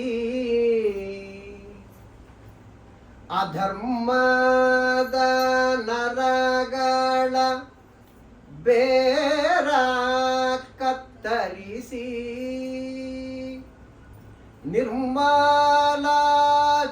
ನಿರ್ಮಲಾಚಾರದಿ ಚರಿಸಿ ಪರಬ್ರಹ್ಮ ಮೂರುತಿಯ ಪಾದವ ಸ್ಮರಿಸಿ ಮನವ ಶೋಧಿಸಬೇಕು ನಿತ್ಯ. ಅಲ್ಲಿ ಒಂದು ಮಾತಾಡ್ತಾರೆ ದಾಸರು, ಆತನವರಿಗೆ ಕೇಳಿಲ್ಲ, ಭಗವದ್ಭಕ್ತರಿಗೆ ಎಂದೂ ಕೇಳಿಲ್ಲ. ಅವ ಪಾತಕ ಪತಿತ ಸಂಗವ ಮಾಡುವನಲ್ಲ, ಪಾತಕವನ್ನು ಮಾಡಬಾರದು, ಪತಿತರು ಆಗಬಾರದು, ದುರ್ಮತಿಯ ಜನರನಲ್ಲ ಅಂತ ಇವರಂದರು. ಅಲ್ಲಿ ಪುರಂದರಾಜ ಹೇಳಿದರೆ ಜಗನ್ನಾಥ. ಇದನ್ನ ಜಾಸ್ತಿ ಹೇಳಿದ್ರೆ ಮುಂದಿನ ಸಲ ಆಚಾರ್ಯ ಕರೆಸ್ಬೇಡ್ರಿ ಅಂತ ಹೇಳಿ, ಅದಕ್ಕೆ ಜಾಸ್ತಿ ಹೇಳೋದು. ಗೊತ್ತಾಗ್ಬಿಟ್ರೆ ಅವಲ್ಲೇ ಅರ್ಥ ಅಂದ್ರೆ ಹೇಳಕ್ ಹೋಗ್ಬಾರ್ದು, ಅದಲ್ರಿ? ಅಂದ ಮೇಲೆ ಪತಿತರು ಆಗಬಾರದು, ಪಾತಕವನ್ನು ಮಾಡಬಾರದು. ಮಾಡಿದ್ರೆ ದೇವರು ಅವರ ಹತ್ರ ಬರತಕ್ಕಂಥದ್ದಾಗುವುದಿಲ್ಲ. ಅಪ್ರತಿಮಲ್ಲ ಶ್ರೀನಲ್ಲ, ಎಲ್ಲವೂ ಭಗವಂತನಿಗೆ ವಿಶೇಷಣಗಳಿವೆಲ್ಲವೂ ಕೂಡ. ಅಪ್ರತಿಮಲ್ಲ, ಪ್ರತಿಮಲ್ಲನಾಗಿರ್ತಕ್ಕಂಥವನು ಎದುರಿಗೆ ನಿಲ್ಲೋರೇ ಯಾರಿಲ್ಲ ಅಂತಂತಾರೆ. ಪರಮಾತ್ಮನ ಎದುರಿಗೆ ಷಡ್ ಹೊಡೆದು ನಿಲ್ಲೋರು ಯಾರಿದ್ದಾರೆ? ಷಡ್ ಹೊಡೆದು ನಿಲ್ಬೇಕಾದ್ರೆ ಅವನೇ ಒಳಗಿದ್ದು ಷಡ್ ಹೊಡೆದು ನಿಮ್ಮನ್ನು ನಿಲ್ಲಿಸ್ಕೋಬೇಕು ಅವನೇ.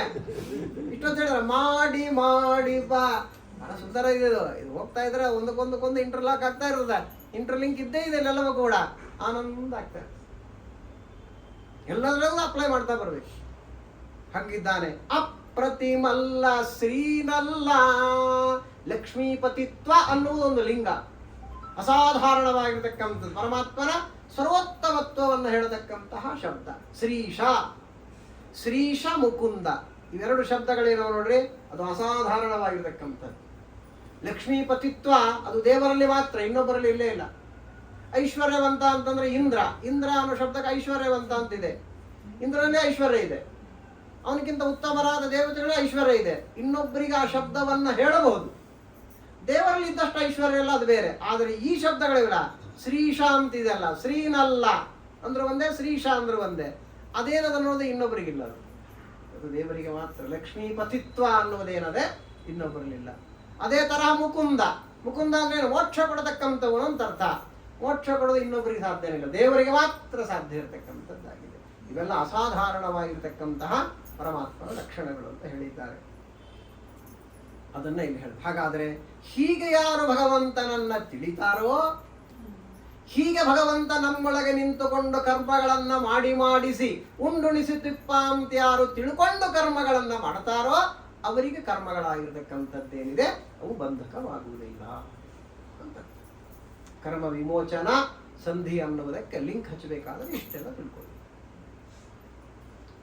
ಊರ್ಮಿಗಳ ಓಲಿಪ್ಪ ಕರ್ಮ ವಿಕರ್ಮ ಜನ್ಯ ಫಲಾಫಲಗಳ ನಿರ್ಮಲಾತ್ಮನು ಮಾಡಿಸಿ ಉಂಡುಣಿಸುತ್ತಿಪ್ಪ. ನಿರ್ಮಮ ನಿರಾಮಯ ನಿರಾಶ್ರಯ ಧರ್ಮವಿತ ಧರ್ಮಾತ್ಮ ಧರ್ಮಗ ದುರ್ಮತಿಯ ಜನರನಲ್ಲ ಅಪ್ರತಿಮಲ್ಲ ಶ್ರೀನಲ್ಲ.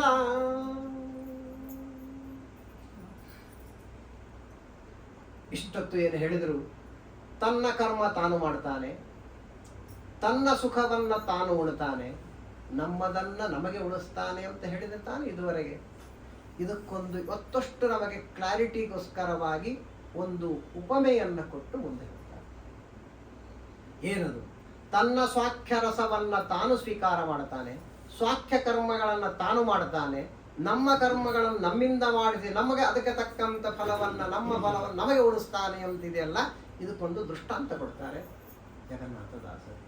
ಅತಿ ಸುಂದರ. ಜಲದ ಒಡಬಾನಗಳು ಜಲದ ಒಡಬಾನಲಗಳು ಅಂಬುದಿ ಜಲವನ್ನು ಉಂಬುವವೋ.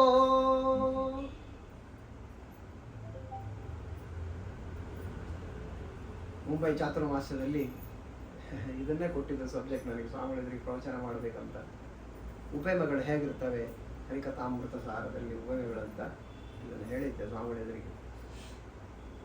ಜಲದ ಒಡಬಾನಲಗಳು ಅಂಬುದಿ ಜಲವನ್ನು ಉಂಬುವವೋ. ಅಬ್ಧ ಮಳೆಗೆರೆದು ಇಳೆಗೆ ಶಾಂತಿಯ ನೀವುದು ಅನಲನು ತಾನೆ ಭುಂಜಿಪುದೋ. ತಿಳಿವುದೀ ಪರಿಯಲಿ ಲಕುಮಿ ನಿಲಯ ಗುಣಕೃತ ಕರ್ಮಜ ಫಲಾಫಲಗಳ ಉಂಡುಣಿಸುವನು ಸರ್ವಗ ಸರ್ವ ಜೀವರಿಗೆ. ಕಥಾಮೃತ ಸಾರ ಓದ್ತಾ ಇದ್ರೇ ಜಗನ್ನಾಥದಾಸರಲ್ಲಿ ಭಕ್ತಿ ಬಂದ್ಬಿಡ್ತದೆ, ನಿಮಗೆ ತಿಳ್ಕೊಳ್ಳಿ. ಅದಕ್ಕೇನೆ ಅವರ ಗ್ರಂಥಗಳನ್ನು ಓದ್ಬೇಕು. ಸುಮ್ಮನೆ ಜಗನ್ನಾಥದಾಸರ ಭಕ್ತಿ ಬರೋದಿಲ್ಲ. ಅವರ ಗ್ರಂಥಗಳನ್ನ ಓದಿದಾಗ ಏನು ಅವರ ಬಗ್ಗೆ ನಮಗೊಂದು ಜ್ಞಾನ ಆಗ್ತದೆ, ಆವಾಗೇನು ಅವರಲ್ಲಿ ಒಂದು ನಮಗೆ ಗೌರವ ಹುಟ್ಟುತ್ತದೆ, ಆ ಭಕ್ತಿ ಹುಟ್ಟುತ್ತದೆ. ಅದು ಬೇರೆ ಯಾವುದರಿಂದಲೂ ಸಾಧ್ಯ. ಏನು ಕತೆ ಕೇಳಿದ್ರು, ಏನು ಪವಾಡಗಳನ್ನು ನೀವು ಕೇಳಿದ್ರು, ಆ ಭಕ್ತಿ ಹುಟ್ಟಲಿಕ್ಕೆ ಸಾಧ್ಯ ಇಲ್ಲ. ಪವಾಡಗಳು ಕೇಳಿದಾಗ ನಮಗೂ ಏನಾದ್ರು ಪವಾಡ ಆಗ್ಬೇಕಂತಾನೆ ಅವ್ರ ಹತ್ರ ಹೋಗ್ತೀವಿ ಹೊರತು ಈ ಜ್ಞಾನಪಾನ ಏನು ಮೋಕ್ಷ ಸಾಧನ ಅದು ಯಾವುದಾಗಲಿ. ಅದಕ್ಕೇನೆ ಆ ಜ್ಞಾನಕ್ಕಷ್ಟು ಪ್ರಶಸ್ತತೆ ಇದೆ. ಏನು ಸುಂದರ ನೋಡಿ. ಜಲದ, ಜಲದ ಅಂದ್ರೆ ದ ಅಂದ್ರೆ ಕೊಡುವುದು ಅಂತ. ದ ಅನ್ನೋದಕ್ಕಂತದಕ್ಕೆ ಬೇಕಾದಷ್ಟು ಅರ್ಥಗಳಿವೆ. ದ ಅಂದ್ರೆ ಕೊಡುವುದು. ಜಲದ, ನೀರನ್ನು ಕೊಡುವುದು ಯಾವುದು ಅಂದ್ರೆ ಮೋಡ ಅಂತ ಅರ್ಥ. ಜಲದ ಅಂದ್ರೆ ಮೋಡ. ಜಲದ ಒಡಬಾನಲ, ಒಡಬಾನಲ ಅಂದ್ರೆ ಅದು ಸಮುದ್ರದ ಒಳಗಿರತಕ್ಕಂತಹ ಅಗ್ನಿ. ಒಡಬಾನಲ ಅಂತ the erosion under the C ಅಂತ ಕರೀತಾರೆ. ಹಾಗಾಗಿ ಎರಡಿವೆ. ಜಲದ ಒಡಬಾನಲಗಳು ಏನು ಮಾಡ್ತೀವಿ, ಎರಡು ಕೂಡ ಅಂಬುದಿ ಜಲವನ್ನು ಉಂಬುವವೋ. ಅಂಬುದಿ ಅಂದ್ರೆ ಸಮುದ್ರ. ಸಮುದ್ರದ ಜಲವನ್ನ ಎರಡು ಉಣ್ತಾವೆ ಅಂದ್ರೆ ಸ್ವೀಕಾರ ಮಾಡ್ತವೆ ಅಂತ ಅರ್ಥ. ಮೋಡಗಳು ಯಾವ್ದ್ರಿಂದ ಆಗುತ್ತದೆ ಅಂದಮೇಲೆ ಮೋಡಗಳೆಲ್ಲವೂ ನೀರು ಹೀರ್ತದಲ್ವಾ. ಸೂರ್ಯನಾಗಿರತಕ್ಕಂಥ ತನ್ನ ರಶ್ಮಿಗಳಿಂದ ನೀರನ್ನ ಹೀರತಕ್ಕಂಥವನಾದಾಗ ಅದು ಮೋಡ ಆಗುತ್ತೆ. ಹಾಗಾದ್ರೆ ಸಮುದ್ರದಲ್ಲಿರುವ ನೀರನ್ನ ಮೋಡ ತೆಗೆದುಕೊಳ್ಳುತ್ತದೆ ಅಂದ್ರೆ ಏನು, ಸ್ವೀಕಾರ ಮಾಡುತ್ತದೆ, ಉಣುತ್ತದೆ ಅಂತ ಅರ್ಥ ನಮ್ಮ ಪ್ರಕಾರ. ನಮ್ಮ ಭಾಷೆ ಆದ ಕಾರಣ ಉಂಬುವವು ಅಂತಂದಾರ. ಇನ್ನ ಸಮುದ್ರದ ಒಳಗೊಂದು ಎರೋಷನ್ ಆಗುತ್ತೆ, ಬೆಂಕಿ ಅಂದಮೇಲೆ ಅದೇನಾಗುತ್ತೆ ಅಂದ್ರೆ ಅದು ನೀರನ್ನು ಕುಡಿತದೆ. ಬೆಂಕಿ ತಗ ತಗ ತಗ ಬೆಂಕಿ ಉರಿತಿರ್ಬೇಕಾದ್ರೆ ಒಂದೆರಡು ಹನಿ ನೀರು ಹಾಕಿದ್ರೆ ನೋಡೋಣ ಏನಾಗ್ತದೆ, ಚಕ್ ಅಂತ ಅದು ಕುಡಿದ್ಬಿಡ್ತದೆ ಅಂದಮೇಲೆ. ಹಾಗೆ ಒಳಗಡೆ ಒಂದು ಅನಲ ಅಂದ್ರೆ ಅಗ್ನಿ, ಸಮುದ್ರದ ಒಳಗಿರತಕ್ಕಂಥ ಅಗ್ನಿ ಇದೆ. ಇವೆರಡೂ ನೀರನ್ನು ಕುಡಿತವೆ.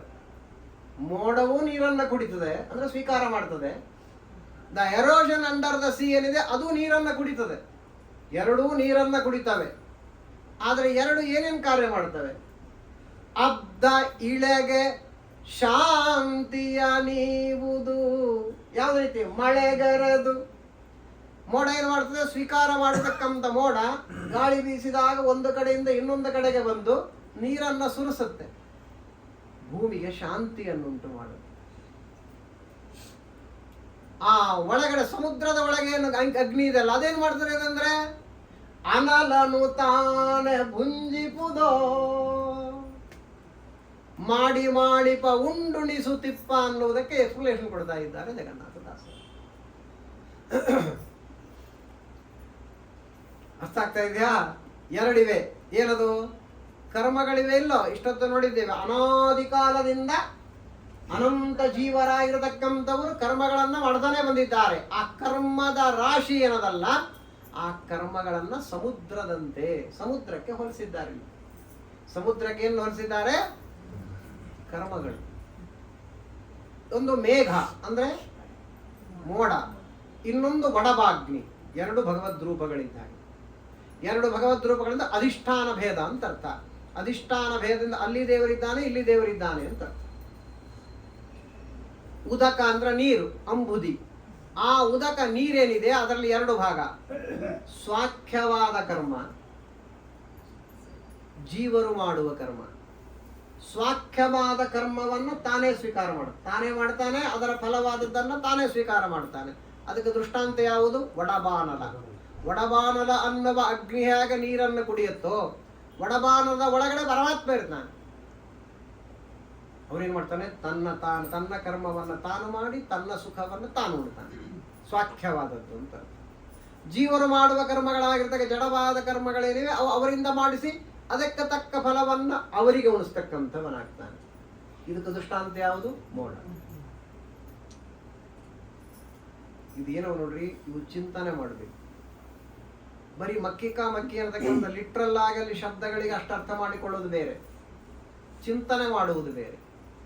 ಆ ಚಿಂತನೆ ಮಾಡಬೇಕಾದ್ರೆ ಶಾಸ್ತ್ರದ ಹಿನ್ನೆಲೆ ಬೇಕು. ನೋಡಿ ಎಷ್ಟು ಸುಂದರವಾಗಿದೆ ಅಂದ್ರೆ ಅವರು ಕೊಟ್ಟಿರತಕ್ಕಂತಹ ಆ ಎಕ್ಸಾಂಪಲ್ ಏನಿದೆ ಅಲ್ಲ, ಸಿಮಿಲಿ ಕೊಟ್ಟಿದ್ದಾರೆ. ಏನು ಸುಂದರವಾಗಿದೆ ಅಂದ್ರೆ,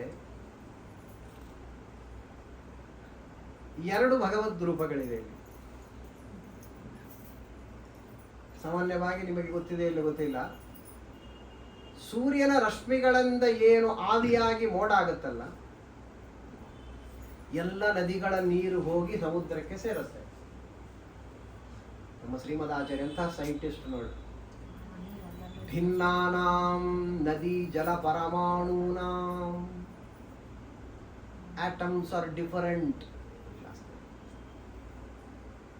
ನದಿಯ ನೀರಿನಲ್ಲಿರುವ ಆಟಮ್ಗಳೇ ಬೇರೆ, ಸಮುದ್ರದಲ್ಲಿ ನೀರಿನಲ್ಲಿರುವ ಆಟಮ್ಗಳೇ ಬೇರೆ. ಯಾರು ಹೇಳ್ಕೊಡ್ತಾರೆ? ಶ್ರೀಮದ್ ಆಚಾರ್ಯ ಹೇಳ್ತಾರೆ ಇವಾಗ, ನದೀನಾಂ ಜಲ ಪರಮಾಣೂನಾಂ, ನದಿಯ ಜಲದ ಪರಮಾಣುಗಳೇ ಬೇರೆ. ಇವತ್ತು ಸೈನ್ಸ್ ಓದವರಿಗೆ ಗೊತ್ತಿರ್ತದೆ, atoms are different types of atoms are there. ಅದ್ರ ಬಗ್ಗೆ ನಾನು ಸ್ವಲ್ಪ ಸ್ಟಡಿ ಮಾಡ್ತಾ ಇದ್ದೇನೆ. ಆಟಮ್ಸ್ ಅಂದ್ರೆ ಏನು ಹೇಳ್ತದೆ, ಸೈನ್ಸ್ ಏನು ಹೇಳ್ತದೆ, ನಮ್ಮ ಶಾಸ್ತ್ರ ಏನು ಹೇಳ್ತದೆ, ಎಷ್ಟು ರೀತಿಯ ಪರಮಾಣುಗಳಿವೆ, ಕಲರ್ ಅನ್ನು ಕೊಡ್ತಕ್ಕಂಥ ಪರಮಾಣುಗಳು ಯಾವುವು, ನಾನಾ ರೀತಿಯ ಪರಮಾಣುಗಳಿವೆ ನೋಡಿ. ನದಿಯ ಪರಮಾಣುಗಳೇ ಬೇರೆ, ಸಮುದ್ರ ನೀರೇನಿದೆ ಅದರ ಪರಮಾಣುಗಳೇ ಬೇರೆ. ಅಷ್ಟೇ ಅಲ್ಲ, ಇನ್ನೂ ಒಳಗೋದ್ರೆ ಗಂಗಾ ನದಿಯ ಪರಮಾಣುಗಳು ಬೇರೆ, ಕಾವೇರಿ ನದಿಯ ಪರಮಾಣುಗಳು ಬೇರೆ. ಆಚಾರ ಅಂತಾರೆ, ಅದೇನೋ ಆವಿ ಆಗ್ತದಲ್ರಿ ನೀರು. ಯಾವ ನದಿಯ ನೀರು ಆವಿಯಾಗಿ ಮೋಡ ಆಗಿರುತ್ತೋ, ಗಾಳಿ ಬೀಸಿದಾಗ ಮೋಡ ಬರುತ್ತಲ್ಲ, ಅದು ನೀರು ಸುರಿಸುವಾಗ ಆ ನದಿಯ ನೀರನ್ನ ತೆಗೆದುಕೊಂಡು ಹೋಗಿ ಆ ನದಿಗೆ ಹಾಕ್ತಾರೆ ಮುಖ್ಯ ಪ್ರಾಣದೇವರು. ಇದು ಮುಖ್ಯ ಪ್ರಾಣನ ವಿಚಾರ ಅಂತ ಹೇಳ್ತಾರೆ. ಅಲ್ಲಿ ಒಳಗೆ ದೇವರು ಇದ್ದೇ ಇದ್ದಾನೆ. ಹೆಂಗಿದೆ ನೋಡಿ, ಏನು ಶ್ರೀಮದ್ ಆಚಾರ್ಯ. ಇದನ್ನ ಇಲ್ಯಾಕೆ ನಾ ಹೇಳಿದೆ ಅಂದ್ರೆ, ಅವರವರ ಕರ್ಮವನ್ನ ಅವರವರಿಗೆ ಉಳಿಸ್ತಾನೆ, ಇನ್ನೊಬ್ಬರಿಗೆ ಉಳಿಸ್ತಾನೆ. ಅರ್ಥ ಆಗ್ತಾ ಇದೆಯಾ? ಎರಡು ಭಗವದ್ ರೂಪಗಳು. ಯಾವುದು? ಮೋಡ. ಅಬ್ದ ಮಳೆಗೆರೆದು ಶಾಂತಿ ಹನಿಯುವುದು, ಅವರು ಮಾಡಿದ್ದನ್ನ ಅವರಿಗೆ ಉಳಿಸ್ತಾನೆ ಅಂತ ಅರ್ಥ ಇದು. ಒಳಗೆ ಹೋದಾಗ ಇನ್ನು ಒಳಗಿರದ ಒಡಬಾನಲ ಅಗ್ನಿ ತಂತಾನು ನೋಡು, ಅದು ತಾನು ಸ್ವಾಖ್ಯರ ಸ್ವಾಖ್ಯವ ತನ್ನ ತಾನನ್ನೇ ಎಂಜಾಯ್ ಮಾಡ್ತಾನೆ, ಅದು ಇನ್ನೊಬ್ಬರಿಗೆ ಕೊಡುದಿಲ್ಲ. ಎಷ್ಟು ಸುಂದರ ಏನ್ ಕತೆ ಜಗನ್ನಾಥದಾಸರ ಒಂದೊಂದು ಮಾತುಗಳು. ಕಲ್ಪನೆಗೆ ಬಂತ, ಮಾಡಿದ್ದುಣ್ಣ ಇನ್ನೊಬ್ರು ತೊಳಕ್ ಬರೋದಿಲ್ಲ. ಅದು ಮೊನ್ನೆ ಹೇಳಿದ್ನಲ್ಲ, ಆರೇನ ಮಾಡುವರೋ ಆರಿಂದಲೇ ನಗುವುದೋ, ಪೂರ್ವಜನ್ಮದ ಕರ್ಮ ವಿಧಿ ಬೆನ್ನ ಬಿಡದೋ, ಆರೇನ ಮಾಡುವರೋ ಆರಿಂದಲೇ ನಗುವುದೋ. ಕರ್ಮ ಇದ್ರೆ ನೀ ಎಲ್ಲನ ಇರಲಿ. ಊರೆಲ್ಲ ನೆಂಟರು ಉಣಬಡಿಸುವವರಿಲ್ಲ,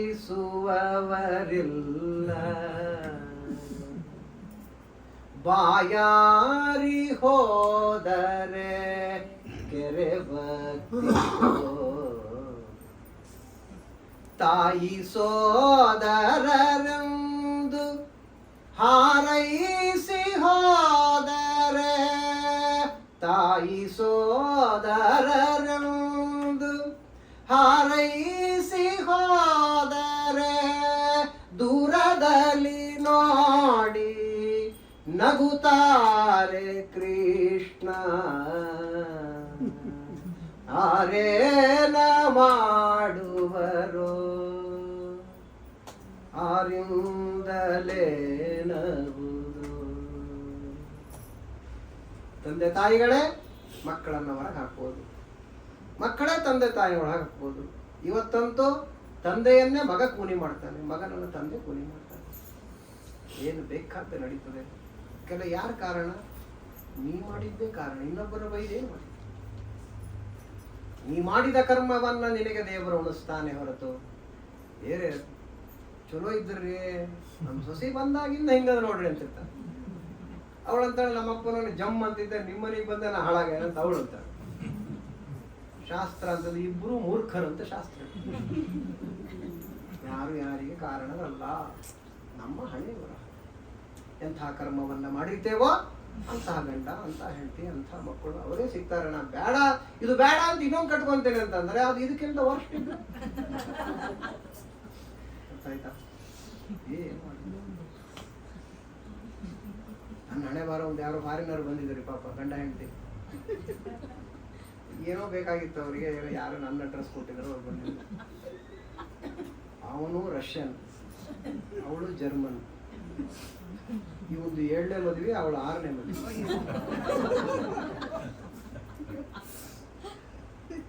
ಅವ್ರು ಹೇಳಿದ್ರು ಪಾಪ, ಹೌದು ನಿಮ್ಮ ಇಂಡಿಯಾದಲ್ಲಿ ಎಷ್ಟು ವ್ಯಾಲ್ಯೂಸ್ ಏನಿದೆ, ಅದಕ್ಕೆ ಬೆಲೆ ಇದೆ.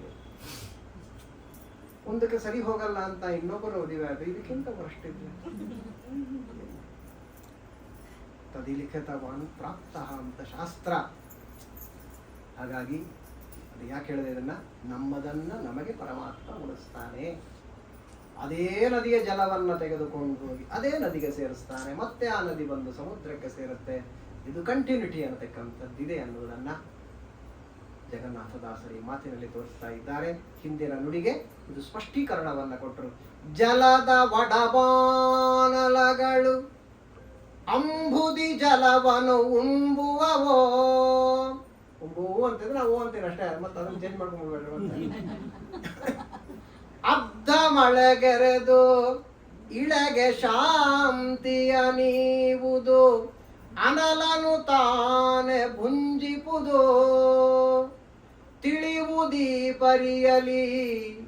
ಈ ರೀತಿಯಲ್ಲಿಯೇ ಪರಮಾತ್ಮನಾಗಿರತಕ್ಕಂಥವನ ಬಿಂಬಕ್ರಿಯೆಗಳು ಅಂತೇಳಿವೆ. ಮಾಡಿ ಮಾಡಿಪ ಉಂಡುಣಿಸುತ್ತಿಪ್ಪ ಅಂತ ಹಿಂದೆ ನಾವೇನು ನುಡಿಯಲ್ಲಿ ಹೇಳಿದ್ವಿ, ಅದನ್ನ ಈ ಪರಿಯಲ್ಲಿ ತಿಳಿಯತಕ್ಕಂಥದ್ದು ಎಂಬುದಾಗಿ ಜಗನ್ನಾಥದಾಸರು. ತಿಳಿವುದೀ ಪರಿಯಲಿ ಲಕುಮೀ ನಿಲಯ, ಗುಣಕೃತ ಕರ್ಮಜ ಫಲಾಫಲಗಳ ಉಂಡುಣಿಸುವನು ಸರ್ವಗ ಸರ್ವ ಜೀವರಿಗೆ. ಲಕುಮೀ ನಿಲಯ, ಲಕ್ಷ್ಮೀಪತಿ ಅಂತ ನೋಡಿ. ಲಕುಮೀ ನಿಲಯ ಮತ್ತೆ ತೂಕದ ಶಬ್ದ. ಲಕ್ಷ್ಮೀ ದೇವಿ ಒಳಗೆ ದೇವರಿದ್ದಾನೆ, ದೇವರೊಳಗೆ ಲಕ್ಷ್ಮಿ ಇಲ್ಲ. ಅರ್ಥ ಆಗ್ತಾ ಇದೆಯಾ? ಸೂಕ್ಷ್ಮ. ಮತ್ತೆ ಒಳಗೆ ಇಳಿದಾಗೆ ಗೊತ್ತಾಗ್ತೇವಲ್ಲ. ಅವಳ ನಿತ್ಯಾವಿಯೋಗಿನತ್ವಕ್ಕೆ ಏನು ಭಂಗ ಇಲ್ಲ. ಆದ್ರೆ ಎಲ್ಲೆಲ್ಲೆಲ್ಲ ಲಕ್ಷ್ಮಿ ಇದ್ದಾಳೋ ಅಲ್ಲೆಲ್ಲ ದೇವರಿದ್ದಾನೆ. ಅದಕ್ಕೆ ಲಕುಮೀ ನಿಲಯ ಅಂದ್ರೆ ಅವರು ಎಲ್ಲೆಲ್ಲೆಲ್ಲ ದೇವರಿದ್ದಾನೋ ಅಲ್ಲೆಲ್ಲ ಲಕ್ಷ್ಮಿ ಇರಬೇಕು ಅಂತಿಲ್ಲ. ಬಹಳ ಸೂಕ್ಷ್ಮವಾದ ವಿಚಾರ, ಮತ್ತಿದು ಶಾಸ್ತ್ರದ ವಿಚಾರ. ಅದಕ್ಕೇನೆ ದೇಶತಃ ಕಾಲತಃ ಕೂಡ ಲಕ್ಷ್ಮಿ ಸಮ ಅಲ್ಲ ಹೇಳಿದ್ದಾರೆ. ಸಮ ಅಂತ ಇದೆ, ಸಮಾನ ಅಂತ ಹೆಸರಿದೆ ಅವಳಿಗೆ. ಒಂದು ಬ್ರಹ್ಮಸೂತ್ರವೇ ಅದಕ್ಕೆ ಹೊರಟಿದೆ. ಆದರೂ ತೃತೀಯ ಸ್ಕಂದ ಭಾಗವತದಲ್ಲಿ ಹೇಳುವಾಗ ಅಲ್ಲಿ ಒಂದು ಸೂಕ್ಷ್ಮ ಇದೆ ಅಂತ ಹೇಳಿದ್ದಾರೆ. ಆ ಭಗವಂತನ ವ್ಯಾಪ್ತಿಯನ್ನ ಹೇಳಬೇಕಾದ್ರೆ ಲಕ್ಷ್ಮಿಗಿಂತಲೂ ಜಾಸ್ತಿ ವ್ಯಾಪ್ತನಾಗಿದ್ದಾನೆ ಪರಮಾತ್ಮ. ಇದನ್ನು ತಿಳಿಯೋದು ಹೇಗೆ? ಎಲ್ಲೆಲ್ಲಿ ಲಕ್ಷ್ಮಿ ಇದ್ದಾಳೋ ಅಲ್ಲೆಲ್ಲ ಪರಮಾತ್ಮನೇ ಇದ್ದಾನೆ ಅಂತ ಆಗಿಬಿಟ್ರೆ ಅವಳಿಗಿಂತಲೂ ಇವನು ಜಾಸ್ತಿ ವ್ಯಾಪ್ತನಾಗಿದ್ದಾನೆ ಅಂತ ತಿಳಿಯುವುದು ಹೇಗೆ? ಇದು ಪ್ರೆಸೆನ್ಸ್ ಇದೆಯಲ್ಲ, ಆಮ್ನಿ ಪ್ರೆಸೆನ್ಸ್ ಏನಿದೆ ಅಲ್ಲ, ಅದರಲ್ಲಿ ವ್ಯತ್ಯಾಸ ಗೊತ್ತಾಗಬೇಕಾದ್ರೆ ಕೆಲವು ಕಡೆ ಪರಮಾತ್ಮನಾಗಿರ್ತಕ್ಕಂಥವು ಅವನೇ ಶೂನ್ಯ ನಾಮಕನಾದ ಪರಮಾತ್ಮ. ಶೂನ್ಯ ನಾಮಕನಾದ ಪರಮಾತ್ಮ ಏನಿದ್ದಾನೆ ಅದೇ ದೊಡ್ಡದಾಗಿರ್ತಕ್ಕಂಥ ರೂಪ. ಅದಕ್ಕಿಂತ ದೊಡ್ಡ ರೂಪ ಇಲ್ಲವೇ ಇಲ್ಲ. ಅದ್ಯಾವುದು? ಅವ್ಯಾಕೃತವಾದ ಆಕಾಶ, ಎಟರ್ನಲ್ ಸ್ಪೇಸ್.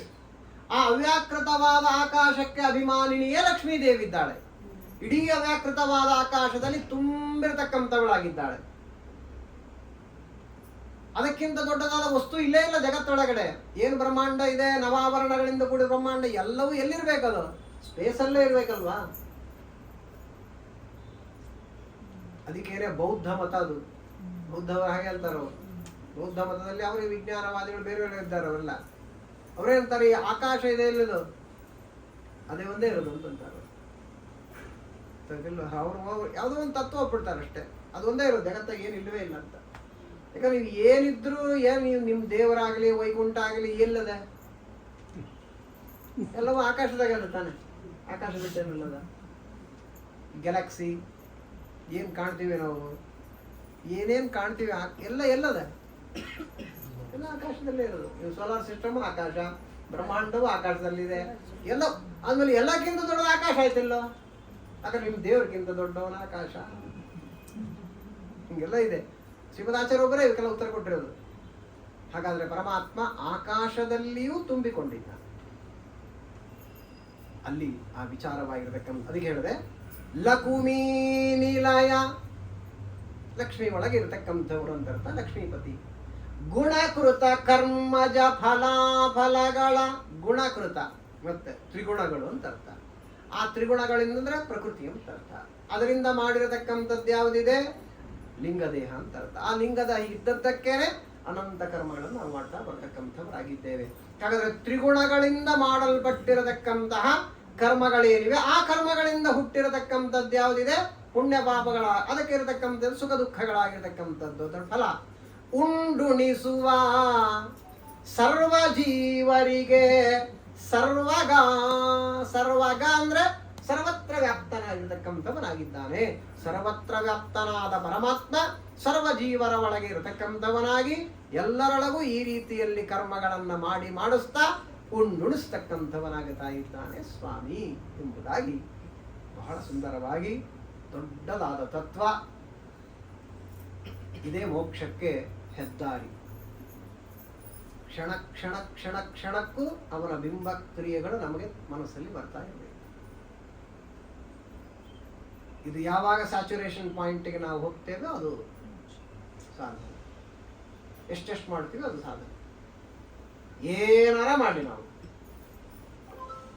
ಏನು ಮಾಡ್ತಾ ಇದ್ರೂ ದೇವರ ಸ್ಮರಣೆ ಬರಬೇಕು. ಪ್ರತಿ ಒಂದು ಆಕ್ಷನ್ ಅಲ್ಲಿ ಬರಬೇಕು. ಮಾದನೂರು ವಿಷ್ಣು ತೀರ್ಥರು ಅಧ್ಯಾತ್ಮ ರಸರಂಜನೆ ಒಳಗೆ ಇದನ್ನು ಹೇಳ್ತಾರೆ. ಏನು ಮಾಡಿ ಹಿಂಗನ್ನ ಇಲ್ಲ, ಈಗ ಏನು ಮಾಡ್ತೀವಿ ಕೈ ಅನ್ನ ಇಲ್ಲ. ಈ ಕೈ ಏನು ಹೀಗೆ ಅನ್ನಲ್ಲ, ನಾನು ಇದನ್ನ ದೇವರು ಮಾಡಿಸ್ತಾ ಇದ್ದಾನೆ. ಈ ಕರ್ಮವನ್ನ ನೀವು ಸಮರ್ಪಣೆ ಮಾಡಿದ್ಯಾ ಅಂತ ಕೇಳ್ತಾರೆ ವಿಷ್ಣು ತೀರ್ಥರು. ಅಪೂಪದಾನ 33 ಕೃಷ್ಣಾರ್ಪಣ ಅಂಥದ್ದನ್ನೇ ನಾವು ಸಮರ್ಪಣೆ ಮಾಡಿ ಗೊತ್ತು ನಮಗೆ. ನಾ ಪ್ರವಚನ ಮಾಡುವಾಗ ಈ ಕೈ ಆಡಿಸ್ತೀನಲ್ಲ, ಅಂಗುಲಿಗಳ ಆ ಅಂಗುಲಿಗಳ ಪ್ರಸಾರ ಅನ್ನತಕ್ಕಂಥಲ್ಲಿ ಈ ಕರ್ಮವನ್ನ ದೇವರಿಗೆ ಸಮರ್ಪಣೆ ಮಾಡಿದ್ದೀಯಾ ಅಂತ ಕೇಳ್ತಾರೆ ವಿಷ್ಣು ತೀರ್ಥರು. ಅದ್ಭುತವಾಗಿದೆ, ಪ್ರಚಂಡವಾಗಿರ್ತಕ್ಕಂಥದ್ದಿದೆ ಇದೆಲ್ಲವೂ ಕೂಡ. ಹಾಗಾದ್ರೆ ಪ್ರತಿಯೊಂದು ಕ್ಷಣ ಕ್ಷಣ ಕ್ಷಣದಲ್ಲಿಯೂ ದೇವರ ಸ್ಮರಣೆ ಬರಬೇಕು ಅಂದ್ರೆ ಇದೇ ಅರ್ಥ. ಎಲ್ಲದರಲ್ಲೂ ದೇವರ ಸ್ಮರಣೆ ಬರ್ತಾ ಇರಬೇಕು. ಅವನೇ ಒಳಗೆ ನಿಂತು ಇದನ್ನ ಶ್ರೀಮದಾಚಾರ್ಯರು ಎಲ್ಲ ಕಡೆ ಹೇಳ್ಕೊಟ್ಟಿದ್ದಾರೆ. ಇದಕ್ಕೆ ಆ ಸಮಯ ಈ ಸಮಯ ಅಂತಿಲ್ರಿ, ಎಲ್ಲಾ ಸಮಯದಲ್ಲಿ ಇರ್ಬೇಕಿದು. ಯುದ್ಧ, ಮಹಾಭಾರತದ ಯುದ್ಧ ರೀ, ಉಂಡಿ ತಿಂಬದಲ್ಲ ಯುದ್ಧ. ಆ ಯುದ್ಧದಲ್ಲಿ ಖಡ್ಗವನ್ನ ಎತ್ತಿದ್ದಾನೆ, ಯುದ್ಧ ಮಾಡ್ತಾ ಇದ್ದಾನೆ ಯಾರು? ಧರ್ಮರಾಜ. ಖಡ್ಗವನ್ನ ಎತ್ತಿ ಶತ್ರುಗಳ ಸಂಹಾರವನ್ನ ಮಾಡ್ತಾ ಇದ್ದಾನೆ. ರಥದಿಂದ ಸರ್ರಂತ ಬಂದು ನೋಡಿ ಭೀಮಸೇನ ದೇವರು ಅಣ್ಣ ಅಂತಾರೆ. ಯುದ್ಧದಲ್ಲಿ ಕೂಡ ಇವರದು ಉಪದೇಶ ನಮ್ಮ ಶ್ರೀವರಾಚಾರ್ಯರು. ಅಣ್ಣ, ಯಾವ ಕೈಯನ್ನ ನೀನು ಎತ್ತಿದ್ದೀಯಾ? ಖಡ್ಗವನ್ನ ಹಿಡ್ಕೊಂಡು ಶತ್ರುಗಳ ಸಂಹಾರವನ್ನ ಮಾಡ್ತಾ ಇದ್ದೀಯಾ. ದುಷ್ಟರನ್ನ ಸಂಹಾರವನ್ನ ಮಾಡುದು ಕ್ಷತ್ರಿಯರಿಗೆ ಧರ್ಮ. ಆ ಧರ್ಮ ಮಾಡ್ತಾ ಇದ್ದೀಯ ನಿಜ, ಆದ್ರೆ ಆ ನಿನ್ನ ಕೈ ಒಳಗೆ ಪರಮಾತ್ಮನ ಕೈ ಇದೆ ಅಂತ ಮರಿಬೇಡ ಅಂತ. ಚಿನ್ಮಯವಾದ ಅಪ್ರಾಕೃತವಾದ ಭಗವಂತನ ಕೈ ಇದೆ ನಿನ್ನ ಕೈ ಒಳಗಡೆ, ಅದನ್ನ ನೀನು ಸ್ಮರಣೆಗೆ ತೆಗೆದುಕೊಳ್ಳಬೇಕಂತವನಾಗು. ಹಾಗೆ ಸ್ಮರಣೆ, ದೇವರ ಬಿಂಬ ಕ್ರಿಯೆಗಳ ಸ್ಮರಣೆ ಮಾಡ್ತಾ ಸಂಹಾರ ಮಾಡು ಅಂತ ಭೀಮಸೇನ ದೇವರು ಬಂದ. ಯುದ್ಧ ಇಲ್ಲ, ಬದ್ದಿಲ್ಲ, ದೇವ್ರ ಪೂಜೆ ಮಾಡ್ತಿರ್ತೀವಿ ರೇ, ದೇವ್ರ ಎದುರಿ ಕೂತಿರ್ತೀವಿ, ಎಲ್ಲ ಮನಸ್ಸು ಎಲ್ಲೋ ಹೋಗ್ತಿರ್ತದೆ. ಅದು ಯಾಕೆ ಹೋಗ್ತದೋ ಏನೋ ಅದು ದೇವರಿಗೆ ಗೊತ್ತು. ಮನಸ್ಸು ಅಂತ ನೋಡೋದು ಹುಚ್ಚು ತರ ಹೋಗ್ತಿರ್ತದೆ.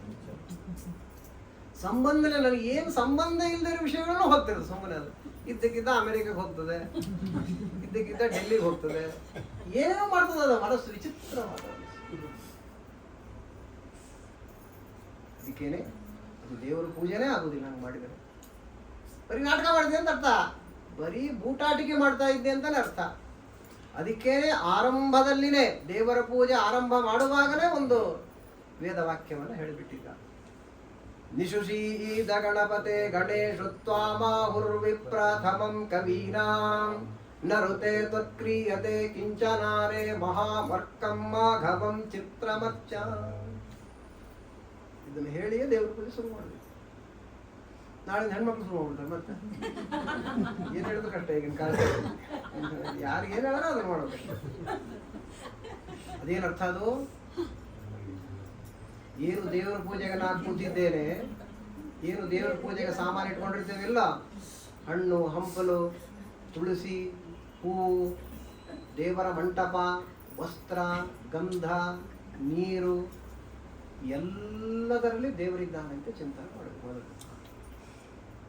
ನನ್ನೊಳಗೆ ದೇವರಿದ್ದಾನೆ, ಮಂತ್ರಗಳ ಒಳಗೆ ದೇವರಿದ್ದಾನೆ, ನೀರಿನ ಒಳಗೆ ದೇವರಿದ್ದಾನೆ, ಕೈ ಒಳಗೆ ದೇವರಿದ್ದಾನೆ. ಎಲ್ಲದರಲ್ಲಿ ಅವನೇ ಇದ್ದುಕೊಂಡೇ ತನ್ನ ಪೂಜೆಯನ್ನ ತಾನೇ ಮಾಡ್ತಾ ಇದ್ದಾನೆ. ಏನೋ ಬೇರೆ ಬೇರೆ ಹೇಳ್ತೀನಿ ತಿಳ್ಕೊಬೇಡ್ರಿ.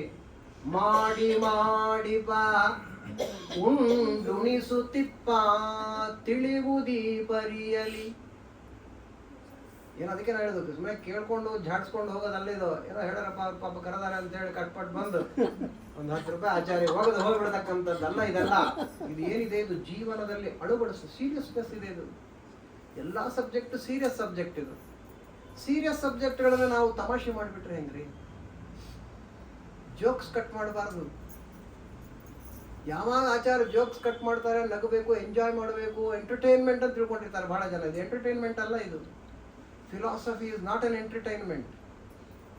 ಇದು ಮನೋರಂಜನೆಯ ಕಾರ್ಯಕ್ರಮ ಅಲ್ಲ. ಇದು ಇದ್ದದ್ದನ್ನು ಇದ್ದ ಹಾಗೆ ತಿಳಿದು ಜೀವನದಲ್ಲಿ ಅಳವಡಿಸಿ ಉದ್ಧಾರವಾಗಲಿಕ್ಕೆ ನಾವಿಲ್ಲಿ ಸೇರ್ತೀವಿ ಹೊರತು ಹಣಕ್ಕಾಗಿ ಹೇಳಬಾರದು. ಸುಮ್ಮನೆ ಬಂದು ಕೂತಿಲ್ಲ ನಾವಿಲ್ಲಿ. ಇದರಿಂದ ಏನೋ ತಿಳ್ಕೊಂಡು ಉದ್ಧಾರ ಆಗ್ಲಿಕ್ಕೆ ನಾವಿಲ್ಲಿ ಸೇರ್ತೀವಿ ಅನ್ನೋದೇನಿದೆ ಅದು ಬಹಳ ಮುಖ್ಯವಾಗಿರ್ತಕ್ಕಂಥ ವಿಚಾರ.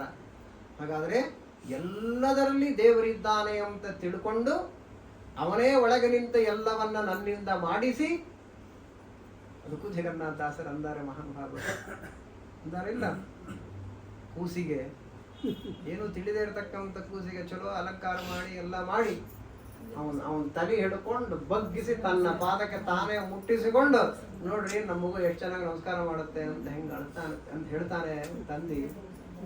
ನಿಮ್ಮ ಸ್ವಾಮಿ ನಮ್ದು ಏನದ್ರಿ, ಒಂದು ದೇವರಿಗೆ ನಮಸ್ಕಾರ ಮಾಡ್ಬೇಕಾದ್ರೆ ಅವನೇ ಮಾಡಿಸ್ಕೊಂತಾನೆ. ನಾವೇನ್ ಮಾಡ್ತೀವಿ ನೋಡಿ, ಇದು ಬಂದಾಗ ಗರ್ವ ಬರ್ಲಿಕ್ಕೆ ಚಾನ್ಸೇ ಇಲ್ಲ ಇಲ್ಲಿ. ಆದ್ರೂ ಎಷ್ಟು ಶಾಠ್ಯ ಇದೆ ನೋಡಿ. ನಾನು ನಾನು ನಾನಂದ್ರೆ ಏನಿಲ್ಲ ಇಲ್ಲ ಅಲ್ಲಿ. ಸ್ವತಂತ್ರಂ ಅಸ್ವತಂತ್ರಂಚ ದ್ವಿವಿಧಂ ತತ್ವನಿಷ್ಯತೆ. ಎಲ್ಲದರಲ್ಲಿ ಅವನು ಮಾಡಿಸ್ತಾ ಇದ್ದಾನೆ. ಈ ಚಿಂತನೆಯಲ್ಲಿ ಕೂತು ಬಿಟ್ರೆ ಅದೇ ಸಜ್ಜನಿಕೆ, ಅದು ಸಾಧನೆ. ಪುಸ್ತಕ ಮುಚ್ಚಂದ್ರೆ ನಾನು ಅಂತಾನೆ, ಮತ್ತೆ ನಾನು ನನ್ನದು, ನಾನು ನನ್ನದು, ಇದು ಉಪಯೋಗ ಬೀಳೋದಿಲ್ಲ. ಇವು ಚಿಂತನೆ ಮಾಡ್ತಾ ಇದ್ರೆ ಅದು ಬರೋದಿಲ್ಲ. ಬಿಂಬಕ್ರಿಯೆಗಳನ್ನು, ಅದಕ್ಕೆ ಗೋಪಾಲದಾಸರು ಸದಾಕಾಲ ನಿನ್ನ ಬಿಂಬಕ್ರಿಯೆಗಳು ನನಗೆ ತಿಳಿಯುವಂತೆ ಮಾಡು ಸ್ವಾಮಿ ಅಂತ ಬೇಡಿಕೊಂಡಿದ್ದಾರೆ. ಅದೇ ದೊಡ್ಡದಾಗಿರ್ತಕ್ಕಂತಹ ಸಾಧನೆ, ಅದೇ ನಿಜವಾಗಿರತಕ್ಕಂತಹ ದೇವರ ಪೂಜೆ ಅಂತ ಹೇಳಿದ್ದಾರೆ. ಪೂಜೆಯಲ್ಲಿ ನಿನ್ನ ಮನವು, ಪೂಜೆಯಲ್ಲಿ ನಿನ್ನ ಮನವು ನಿಲ್ಲದಿದ್ದ ಮೇಲೆ ನಿನಗೆ ಪೂಜೆಯಾತಕೋ ಮನುಜ, ಪೂಜೆಯಾತಕೋ. ಬಹಳ ಸುಂದರವಾದ ಮಾತುಗಳು. ಪೂಜೆಯಲಿ ಪಾಪ ಬುದ್ಧಿ, ಅಂದ್ರೆ ಇಷ್ಟೆಲ್ಲ ಬಂದ್ಬಿಟ್ಟು.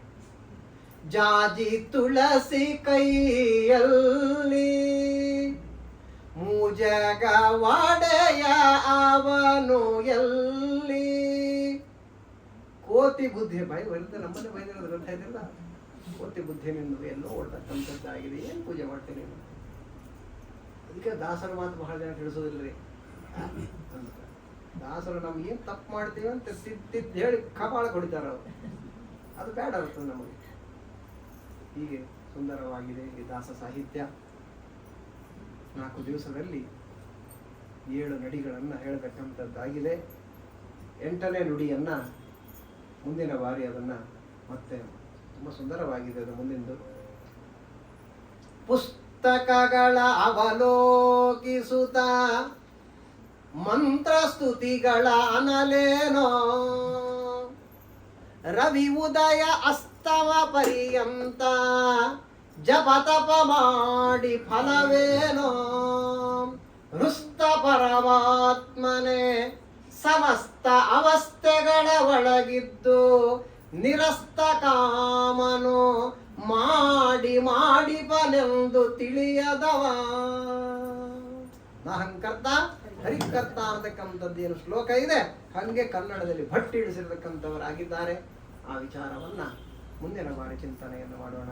ಹರೇ ಮಹಾ ಶ್ರೀಕೃಷ್ಣಾರ್ಪಣಮಸ್ತು. ಯತ್ಕರೋಷಿ ಯದಸ್ನಾಸಿ ಯಜ್ಜುಕೋಷಿ ದದಾಸಿ ಯತ್ ಯತ್ತಪಶ್ಯಸಿ ಕೌಂತೆಯ ತತ್ಕುರುಷ್ಣವದರ್ಪಣಂ. ನಾಹಂ ಕರ್ತ ಹಿಕರ್ತ ತತ್ಪೂಜಾ ಕರ್ಮಜಾಕಿಲಂ ತಥಾಪಿ ಮತ್ಕೃತ ಪೂಜಾ ತತ್ಪ್ರಸಾದೇನ ಅನ್ಯಥಾ. ನಮ್ಮ